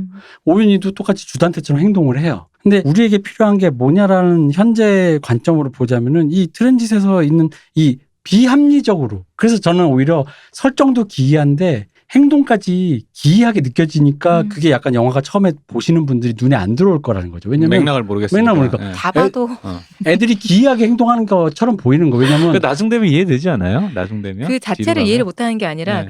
그래서요. 이 얘기가 무슨 의미인지 그래서요라는 말이 모르겠다. 드는 거죠. 네. 그러니까 내가 그 말했잖아요. 그러니까 제가 그래서 다 보고 났을 때 마지막에 우리 남자 주인공이 마리가 죽었는데도 그녀가 올 거라고 카페에서 기다리고 있잖아요. 그러니까 누군가가 들어와서 돌아보면서 환하게 웃잖아. 그 순간 나는 대부님 할 것 같은 거지. 네. 근데 그거 이제 어쨌든 문제는 전쟁. 그 배가 그때 당시 2차 대전 배경이고, 사실 배가 그렇게 됐으면 실종자가 더 많기 때문에 살아 돌아올 수도 있다라는 게 100%는 아니란 말이지. 근데 그런 것들을 갖다 놔버리는 순간에 내 삶이 무너지는 그쵸. 것도 분명히 있어요. 그 인간이 또 무엇에 의지해서 가는가라는 거죠. 그러니까 그게 아니더라도 그것만을 붙잡고 있는 거, 이게 좀 심한 얘기로 하면 어떤 왜 사고가 있을 때 유가족이나 계신 분들이 왜 흔히 말하는 이런 일이 있어요. 특히나 이제 자식이 좀 잘못된 경우에 부모들이 많이 이혼하는 경우가 어느 한쪽은 그걸 놓지 못하고 굉장히 슬픈데 한쪽은 그래도 산 사람 살았는지 하다가 너는 그게 잊혀지냐? 이런 것 때문에 갈라선다 그래요. 아니 내가 잊혀져서 그런 게 아니라 산 사람은 또 살아야지라는데 나는 잊혀지지 않아서 죽을 것 같은데 너는 뭐 약간 그런 식의 어떤 우리 구성이 애가 그 정도 의미였어라는 뭐 그런 구성이 많이 된다고 하는데 사람이라는 게 무엇으로 사느냐에 대한 문제인 거죠. 그건 그 사람이 그게 허망한 기대더라도 저 당장 그녀가 마침 왜냐면 또 거기서 좀 그런 기대를 나는 할 만도 했다고 생각해요. 왜냐면 그녀가 약간 좀 랜덤하게 움직이잖아. 이게 왜 처음 그 왜 배 탔다가 바로 내렸다 그랬잖아요. 네. 그러니까 걔가 그랬을지도 몰라라는 어떤 막연한 기대를 한번 해보는 그러니까 내린 거지. 사람 없어요라고 물어보러 네. 갔었잖아요. 약간 돌발적으로 움직이잖아요. 예를 들어 딴 남자랑 버젓이 같이 있으면서도 자기 남편 찾아다니고 그렇죠. 뭐 그런 얘기들이 그러니까 그러면서 그런 것에 대한 어떤 그 아는데 웬만해선 죽었겠지 그 배 탔겠지. 그러니까 마리 캐릭터가 너무 독특하다 보니까 사실 영화가 더 어하게 되는 면도 있는 거죠. 그래서 그런 거에 근데 사람은 그런 걸로 그런 아주 급박한 상황에서조차 이타적인 행동을 하는 되게 기이하고 비합리적인 결정을 했음에도 불구하고 또 그럼에도 불구하고 또 누구나 명백하게 아는 사실을 접수했음에도 불구하고 헛될 수도 보이는 비합리적인 기대 속에서 그 자신의 그 삶을 영위한다는 거죠. 그러면 그는 분명히 장담하는데 독일군이 내려와서 이 마드리드를 떠나게 막 너 어디가 할 때 어떤 방법으로든 마르세유에 남을 방법을 찾았을 거예요. 왜? 나는 여기서 그녀를 기다려야 되니까. 그 사람을 움직이게 하는 동력이라는 게 그런 거라는 거죠. 근데 뭐 이제 아까 했던 얘기가 좀 가면 우리 세대가 과연 우리 사회가 이런 행동을 하는 사람에게 과연 뭐라 얘기하냐라는 저는 그런 생각이 드는 거예요. 전쟁도 아닌데 한국도 다 너무 각박하다라는 말로 표현되는 것이 이런 거고 그러니까 이런 인간은 의외로 비합리적인 멜랑콜리로 되게 많은 부분을 차지하는데 이런 것이 남의 눈에 띄인 순간 저가 되는 거죠. 세상이 어느 때인데 지금 공부도 안 하고 혹은 뭐도 안 하고 저런 헛짓거리나 하면서 근데 인간의 대부분이 우리 아이돌 때 얘기했지만 인간성의 대부분은 그 헛짓거리로 이루어졌다는 거지. 그래서 그 제목이 이제 트랜짓이라는 거의 의미를 다시 한번 생각을 해보면 상태가 유동적이다라는 건 의미가 제일 큰 것 같아요. 그러니까 어떤 순간은 되게 합리적이고 어떤 순간은 정념에 휩싸여서 되게 비합리적이고 어떤 순간은 되게 이타적이고 어떤 순간은 되게 이기적이고 이런 것들 이 상태가 유동적으로 왔다 갔다 하면서 진자 운동을 하는데 그 사이에서 아까 얘기했지만 합리적인 선택을 해서 그 결과가 항상 정답이 나오지도 않고 이기적인 선택을 해서 항상 벌을 받는 것도 아니고 이런 아이러니들이 계속 엎어치고 맺히고 하면서 우연적으로 살아가는 게 이제 삶인 거고 문제는 그 과정에서 내가 채울 수 없는 어떤 것들 결핍이라는 건 사실은 방법이 없다 이건 뾰족한 수가 없다. 다만 그걸 채우려고 계속 이제 시지프스처럼 어떤 반복된 그 바보 같은 짓을 반복하면서 살게 된다. 그 동인이 뭐냐라고 하면 내가 채워지지 않는 어떤 연인으로서 아버지로서 가족으로서 친구로서 이 자리를 내가 채워보려고 뭘 하는데 그게 잘 안 되는 게 삶이 계속 실패하지만 계속 시도하는 게 삶인 것 같다. 그리고서 그 상태가 유동적이다. 라고 하는 의미에서의 제목이 트랜지션이 아니었나 뭐 이런 식으로 저는 아전인수를 해봅니다. 그리고 또 트랜지션을 갈아타라는 측면이 있는 게 전 마지막 결말까지 보면 그런 거예요. 당신의 인생은 어떤 결정을 해서 당신 그 순간엔 굉장히 합리적이라고 생각했던 결정을 했음에도 불구하고 일부분이든 거의 대부분이든 상당수든 많은 부분이든 후회로 점철된 인생의 어떤 부분들이 변곡점에서 남을 거라는 거죠. 그러면서 타오르는 초상으로 돌아가야죠. 그러니까 후회하지 말고 기억해야 되는 바로 거죠. 그거예요. 그러니까 바로 그거예요. 지금 이 순간에 근데 그게 되게 미련한 짓이라고 사람들이 욕을 할 수 있어요. 합리적이지 않다 이거지. 논리적이지도 않고. 근데 그 결정이라는 게 결국 너를 여기까지 움직이게 만든 것도 많고 너란 존재의 일부분이라는 것도 맞다라는 거죠. 그러니까 그 부분들에 대해서 겸허해야 된다라는 거지. 내가 내 의지로 누군가 이타적인 행동을 한 게 내 목숨을 갑자기 살리게 해준 그 배가 자빠지게 됨으로써 그런 부분들이라는 거에 대해서 겸손함이라는 게 있는 거죠. 근데 나중에 보니까 내가 선견지명이 있었어. 도화살란 여자랑 붙어봤자 결국은 그렇게 용왕님 곁으로 가는 거밖에 없는 거예요. 이러지 말라는 거야. 그러니까 이 얘기가 사실 단순하게 얘기하면 네 인생은 대부님이 찾아오셨는데 왜? 네 인생은 대부님 마지막 법률 네 인생이 네가 생각한 대로만 가지가 않아. 그리고 그게 바보 같은 결정일 수도 있고 그게 예를 들어 그런 거죠. 아까 그 의사한테 표를 양보한 그 결정은 개인적으로는 비합리적 바보 같은데 만약에 타인이 그걸 들으면 되게 이타적인 모범적인 어떤 좀 괜찮은 결정이었다라고 얘기할 수도 있는 거잖아요. 그러니까 그런 거라는 거죠. 비합리적인데 훌륭하다 칭송을 받아. 뭐지? 그러니까 이게 인생이라는 게 살다 보면 이게 딱 떨어지지가 않는다는 게 문제인 거예요. 사실은 타오르는 여인의 조상의 경우는 사실 상대적으로 클리어한 명료한 상황인 거예요. 감정도 명료하고. 근데 사실은 이제 그 타오르는 여인의 초상을 트렌치 버전으로 하자면 이게 애매한 거지. 아니 근데 그거 이제 타오르는 여인의 초상을 보면 타오르는 여인의 초상은 주인공들이 예를 들어 나 내일이면 우리 헤어진대 후회돼 뭘 때 후회하지만 기억해 바로 납득하잖아요. 되게 똑똑해. 근데 트렌짓의 주인공들은 그 말을 들어도 이게 맞나? 자꾸 이미 난 월요일을 살고 있어. 그 전에 이미 둘이 맺어지기까지가 난망해. 아니 그런 것도 있고 나한테 지금 내가 지금 1시에 이미 일요일 날 1시에 점심 먹고 체했는데 월요일 출근한 것 때문에 아직 하루가 많이 남았어 라고 앞에서 말을 해줬는데 타오르는 여인의 초상의 주인공은 그 말을 듣자마자 그렇네? 이런 거라면 트렌짓의 주인공은 그건 아는데요. 제가 지금 체했어요 라는 트렌짓 거지. 버전으로 하면 그 마리안느가 이제 사랑하게 됐는데 문제는 타오르는 여인 초상으로 타요처 버전으로 타요처를 트렌짓 버전으로 약간 바꿔보면 그런 거야. 마리안느가 문제는 돈을 거액을 받기로 했어. 그래가지고 얘를 갖다가 자기가 작가적인 거랑 감정에 의해서만 이렇게 그 되게 솔직하게 그리면은 약간 어머님이 싫어할 것 같아서 아 이거 돈도 보내줘야 되는데 이거 어떻게 하지? 그래서 그러면서 마지막에 극단적인 선택을 해. 아 돈 안 받고요. 저 그리고 싶은 거 그릴래요. 이런 식의 선택을 해놓고서는 혼자 자뻑에 빠지는 이런 식의 스토리가 아마 되지 않을까 싶어요. 그 그림 너무 훌륭해서 시집을 가게 돼. 아니지. 근데 그 그림을 보내서 밀라노로 보내는데 그중에 그 배가 자빠져가지고 그 그림이 전달이 안 돼. 네, 그렇죠. 바다에 빠져서. 네. 그래가지고 시집이 못 갈 줄 알았는데 결국 엉뚱한 남자랑 시집을 가. 그래서 내 사랑도 이미 이루어지지 않았어. 근데 애초에 그 그림을 잘 그렸는데 제대로 도착한 밀라노에 있는 사람 되게 인격이 훌륭해서 차라리 거기 가는 게 낫었던 거야. 네. 뭐 이런 거 있잖아. 네, 그러니까 뭐 그런 합리성이나 이타성의 결과가 항상 최선이 되진 않는다라는 이런 식의 그런 아이러니한 삶에 대한 얘기들을 하고 있는 것 같다는. 그래서 여러분들이 헐리우드 영화의 그 절여진 그 어떤 앞뒤가 맞고 뭐 나쁜 놈은 벌 받고 욕을 했더니 범칙금 딱 근데 이런 게 아닌 이렇게 모호하고 기이하면서 상징성이 뛰어난 영화들로 한번 머리를 리프레시를 해보자. 이게 리프레시가 될까 모르겠지만 사실 그냥 뭐 다른 것보다 대표님이 말씀하신 그 기이한 멜랑콜리라는 이 영화는 그렇다라는 이거 하나만 기억하고 보시면 그래도 많이 이해가 될 것 같아요. 타요초에서 그녀의 로브가 벗겨진 뒤통수에 그 그녀가 처음 나올 때 우리의 그 턱갈비 색깔이 엘로이즈가 처음 나올 때 얼굴을 보여주지 않고 그냥 이렇게 후드만 둘러썼다가 갑자기 서서히 걸어가면서 그 후드가 싹 벗겨지면서 그 금발머리 쪽진머리가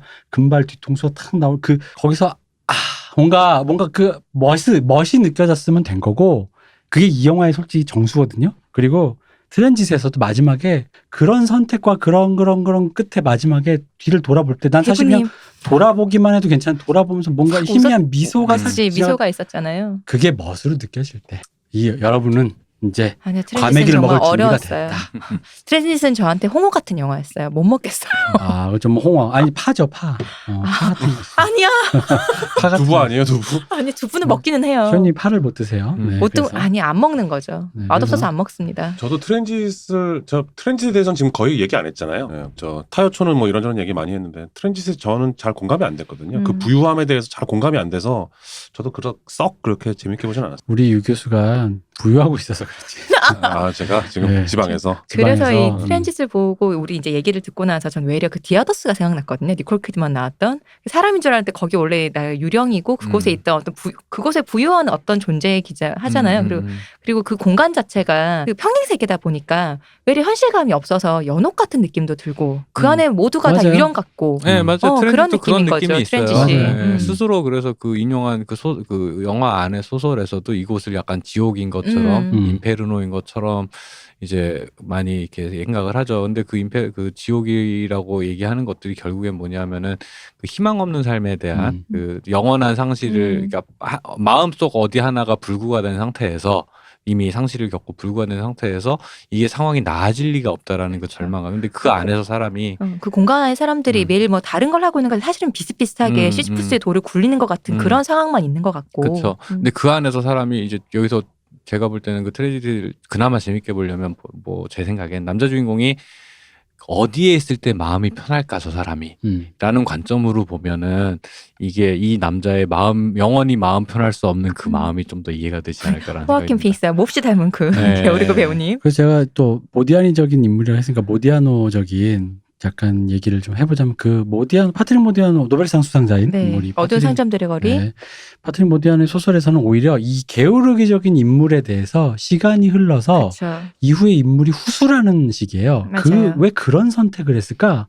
지금 보면 이해가 안 되거든요. 기이한 거야. 정보도 좀 없고 왜 하필 그때 그랬지? 그게 모디아노적 세계관이라면 그 모디아노의 그 궁금증에 대한 그때 바로 그 지점에 이런 선택을 하게 된 이유가 여기에 있어라는 약간 이런 느낌이어가지고 그래서 좀 제가 카프카적인 설정에서 모디아노적 인물들이 걸어다닌다라는 표현을 한 건데 그래서 좀 재밌었어요. 파트릭 모디아노의 소설에 나오는 그 2차 대전에 우리 엄마는 왜 그랬지 뭐 그런 류의 얘기가 여기에 너무 잘 그려진 거야. 그 여기 폴라비아가 연기하는 그 마리가 나중에 마리가 난 애가 이렇게 2차 대전 상기하면서 보는 게 약간 그 파트릭 모디아노적인 그런 건데. 어두운 상점들의 거리의 그 주인공 기롤랑이었나요? 그 사람이 본인의 과거를 캐고 네, 맞아요. 다니는 것 같은 그런 느낌이잖아요. 기억을 잃은 사람이 자기 과거를 음. 캐고 다니죠. 그게 되게 그 자체가 설정이 되게 상징적인 네. 설정이에요. 근데 이거 같은 경우에는 사실은 이 게오르그의 행적을 영화 안에서 이렇게 뭐 정리를 해보면 이게 왜 이래? 그렇죠. 라고 하는데 사실은 사람이 생각해보면은 하루 종일 하는 말 중에 의미 있는 단어는 사실은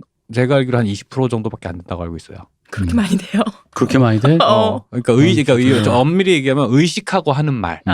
근데 거기에다가 예를 들어 사람이 살면서 우리가 왜 왔다 갔다 예를 들어 출근하려고 옷을 챙겨 입고 나가는 과정에서도 내가 뭐 하려고 했지 까먹는다든가 되게 의미 없는 행동들이 되게 많아. 근데 맞죠. 그 사이사이에 내가 망설임, 진짜 창피하지만 나 출근하기 전에 토스트 하나 더 먹고 싶어. 잼 한 스푼 더 먹고 그게 왜 갈까? 창피해?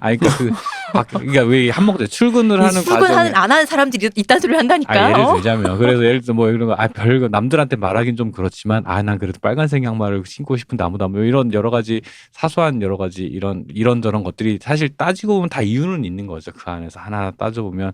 하지만 사는 거는 이렇게 딱 떨어지지 않는다. 근데 합리적으로 움직이지 않는다. 사람은. 딱 떨어지지 않는다. 이런 관점으로만 봐도 좀 더 얘기가 좀 더 재밌게 볼 수 있게 되지 않을까라는 생각이 좀 듭니다. 예. 그래서 마스터랑 비슷하지만 마스터는 약간 인간의 존재 여부를 다루다 보니까 멜랑콜리한 감각이 없어요. 네. 약간 촉촉함이 없단 말이지. 이 두 영화는 촉촉하다. 다만 눈물을 흘리시는 분이 한 분은 얄짤없이 왜 이렇게 서가지고 이렇게 눈도 감지도 않고 눈물을 뚝뚝 흘리는 얄짤없는 울음이라면 이쪽은 촉촉하게 그냥 뭐라 그럴까 촉촉한 주치폭력 그게 뭐야? 밤거리를 취해서 이렇게 걸어다니는데 촉촉해 이 사람이 지금 그거가 약간 그런 왜 저렇게까지 될 정도로 술을 먹었어 합리적으로 이해는 안 되는데 제가 그런 거죠. 한때 손석희 씨 협박해서 화제가 됐던 네. 김웅이라는 분이 있어요. 네. 그 뭐 하는 분인가 KBS 기자였다 그러죠. 근데 좀 질이 안 좋은 여러 가지 사건에 얽혀서 지금은 어떻게 사라진 것 같은데 그분이 운영하는 무슨 약간 뭐 조사해주는 약간 그런 업체가 있어요. 홈페이지가 있어요. 그분의 홈페이지가 있어가지고 거기 들어가서 뭐 하는 회사인가 하고 클릭을 해서 대표 인사말이 있어. 그분이 쓴 인사말이 있는데 첫 문장이 인생에는 뾰족한 수가 없습니다로 시작을 해요. 그 뒤는 하나도 기억이 안 나. 네가 하는 말 하나도 안 맞대잖아요. 인생에는 뾰족한 수가 없습니다. 좀 어이가 없네. 라는 이 문장 하나가 저한테 확 꽂혔어요. 사실. 하나부터 여기까지 네. 하나도 안 맞대잖아요. 손석희 씨의 그 말을 듣고 네 말이 하나도 안 맞아라는 말보다 진짜 그 말이 확 와닿네요. 네, 저는 트랜짓 보면서 그 문장이 자꾸 생각이 났어요. 인생엔 뾰족한 수가 없습니다라는 이 말이 자꾸 생각이 났어요. 네. 어쨌든 2020년의 영화 어떻게 보면 세 편이죠. 기생충, 타오른 여인의 초상, 트렌지까지 이 훌륭한 영화를 두고 여러분들이 보시면서 두고 알람을 계속 트시면서 이게 이런 장면인데 이러면서 이렇게 여러분이 모두 보시면, 다 동의하실 거라고 생각은 하지 않지만 저처럼 그래도 한번 보시는 거. 네. 시간 여유가 있으면 사실은 신바이신으로 분석하면서 봐도 좋을 것 같은데 뭐 그럴 만한 여유는 없으니까 나중에 기회가 된다면. 예. 그 크리스티안 페트롤드 영화는 사실 그 다음 작품이 이 주인공들이 그대로 나오는 운디네라는 네. 작품이 있어요. 이 감독님 작품에 대해서 다시 또 다뤄보면 좋을 것 같아요. 네, 이 작품 약간 운디네는요, 약간 지나가는 이제 끝나는 스튜디오 시간이 다 됐으니까 이제 잠깐 지나가는 다대도 아니 말로만 지났어요. 하면은 약간 그랑블루를 적인 모먼트가 있어요. 뭐의 그랑블루가 그랑블루에서 우리가 제일 이해 안 됐다고 제가 얘기했던 아니 왜 임신한 아내를 두고 저 멀리 가지? 똑같은 임신 장면. 안엔 저걸 왜 땡기지? 아니 가정을 지키고 잘 있는 게 당연한 건데 이 영화가 굉장히 반사회적인 교훈을 주네. 약간 이런 거 같은 느낌을 줬단 말이에요. 그래서 제가 그 어른이 돼서 이해했다 이런 건데 정확하게 거기에 부합되는 장면이 나오는데 굉장히 반대로 움직이는데 또 다른 의미의 감동이 오는 장면이 있는데 비슷해요. 주제는 사람이 뭘로 사냐 이거지. 근데 어쨌든 그 운디네도 괜찮고 그래서 이 감독님의 영화를 다 근데 지금 말씀드린 바바라, 운디네 그리고 지금 이 트렌지 타우린 연애 초상 이게 다 VOD에 있습니다. 있어서 굉장히 간편하게 무슨 보실 수 있으니까 어렵게 구하는 영화가 아니라서 한번 다 보시면 좋을 것 같습니다. 자 이제 이렇게 다사다난했던 리허설까지 했던 두아리파까지 초대했던 아델은 오지도 못하고 아델 지금 왔어? 저 배고프다고 일단 맘스터치에서 햄버거 먹고 있대요. 좀 가봐야 돼. 그랬구나. 나 이런 유머는 못 견디겠어. 어쨌든 그런 이 다사다난했던 안시상, 네. 안시상을 통해서 우리 또 아날람은 새 시즌을 또 시작을 하면서 2년 만에 시상을 또 해봤네요. 그렇습니다. 자, 다시 한번 말씀드리면 수상하신 여러분 모두 감사드리고 축하드립니다. 일단 감사 축하도 해야죠. 네, 그렇죠. 그리고 안 받아가시겠지만 트로피가 갖고 싶으시면 연락하세요. 저희가 꼭 연락 주십시오. 제작은 다 해놨고 네. 기타 여러 가지 VIP 이런 게 다 준비됐었는데 저희 넷이만 다 이렇게 누리고 가겠습니다. 네. 네, 그러면 저기 수고해주신 우리 유 교수님, 네. 그리고 박 박사님, 네, 수고하셨습니다. 시온님, 감사합니다. 자 안시상, 네. 이제 이렇게 끝마치면서 자 마지막으로 새해 복 많이 받으시기 바랍니다. 새해 복 많이 받으세요. 감사합니다. 수고하셨습니다. 안녕히 계세요. 수고하셨습니다.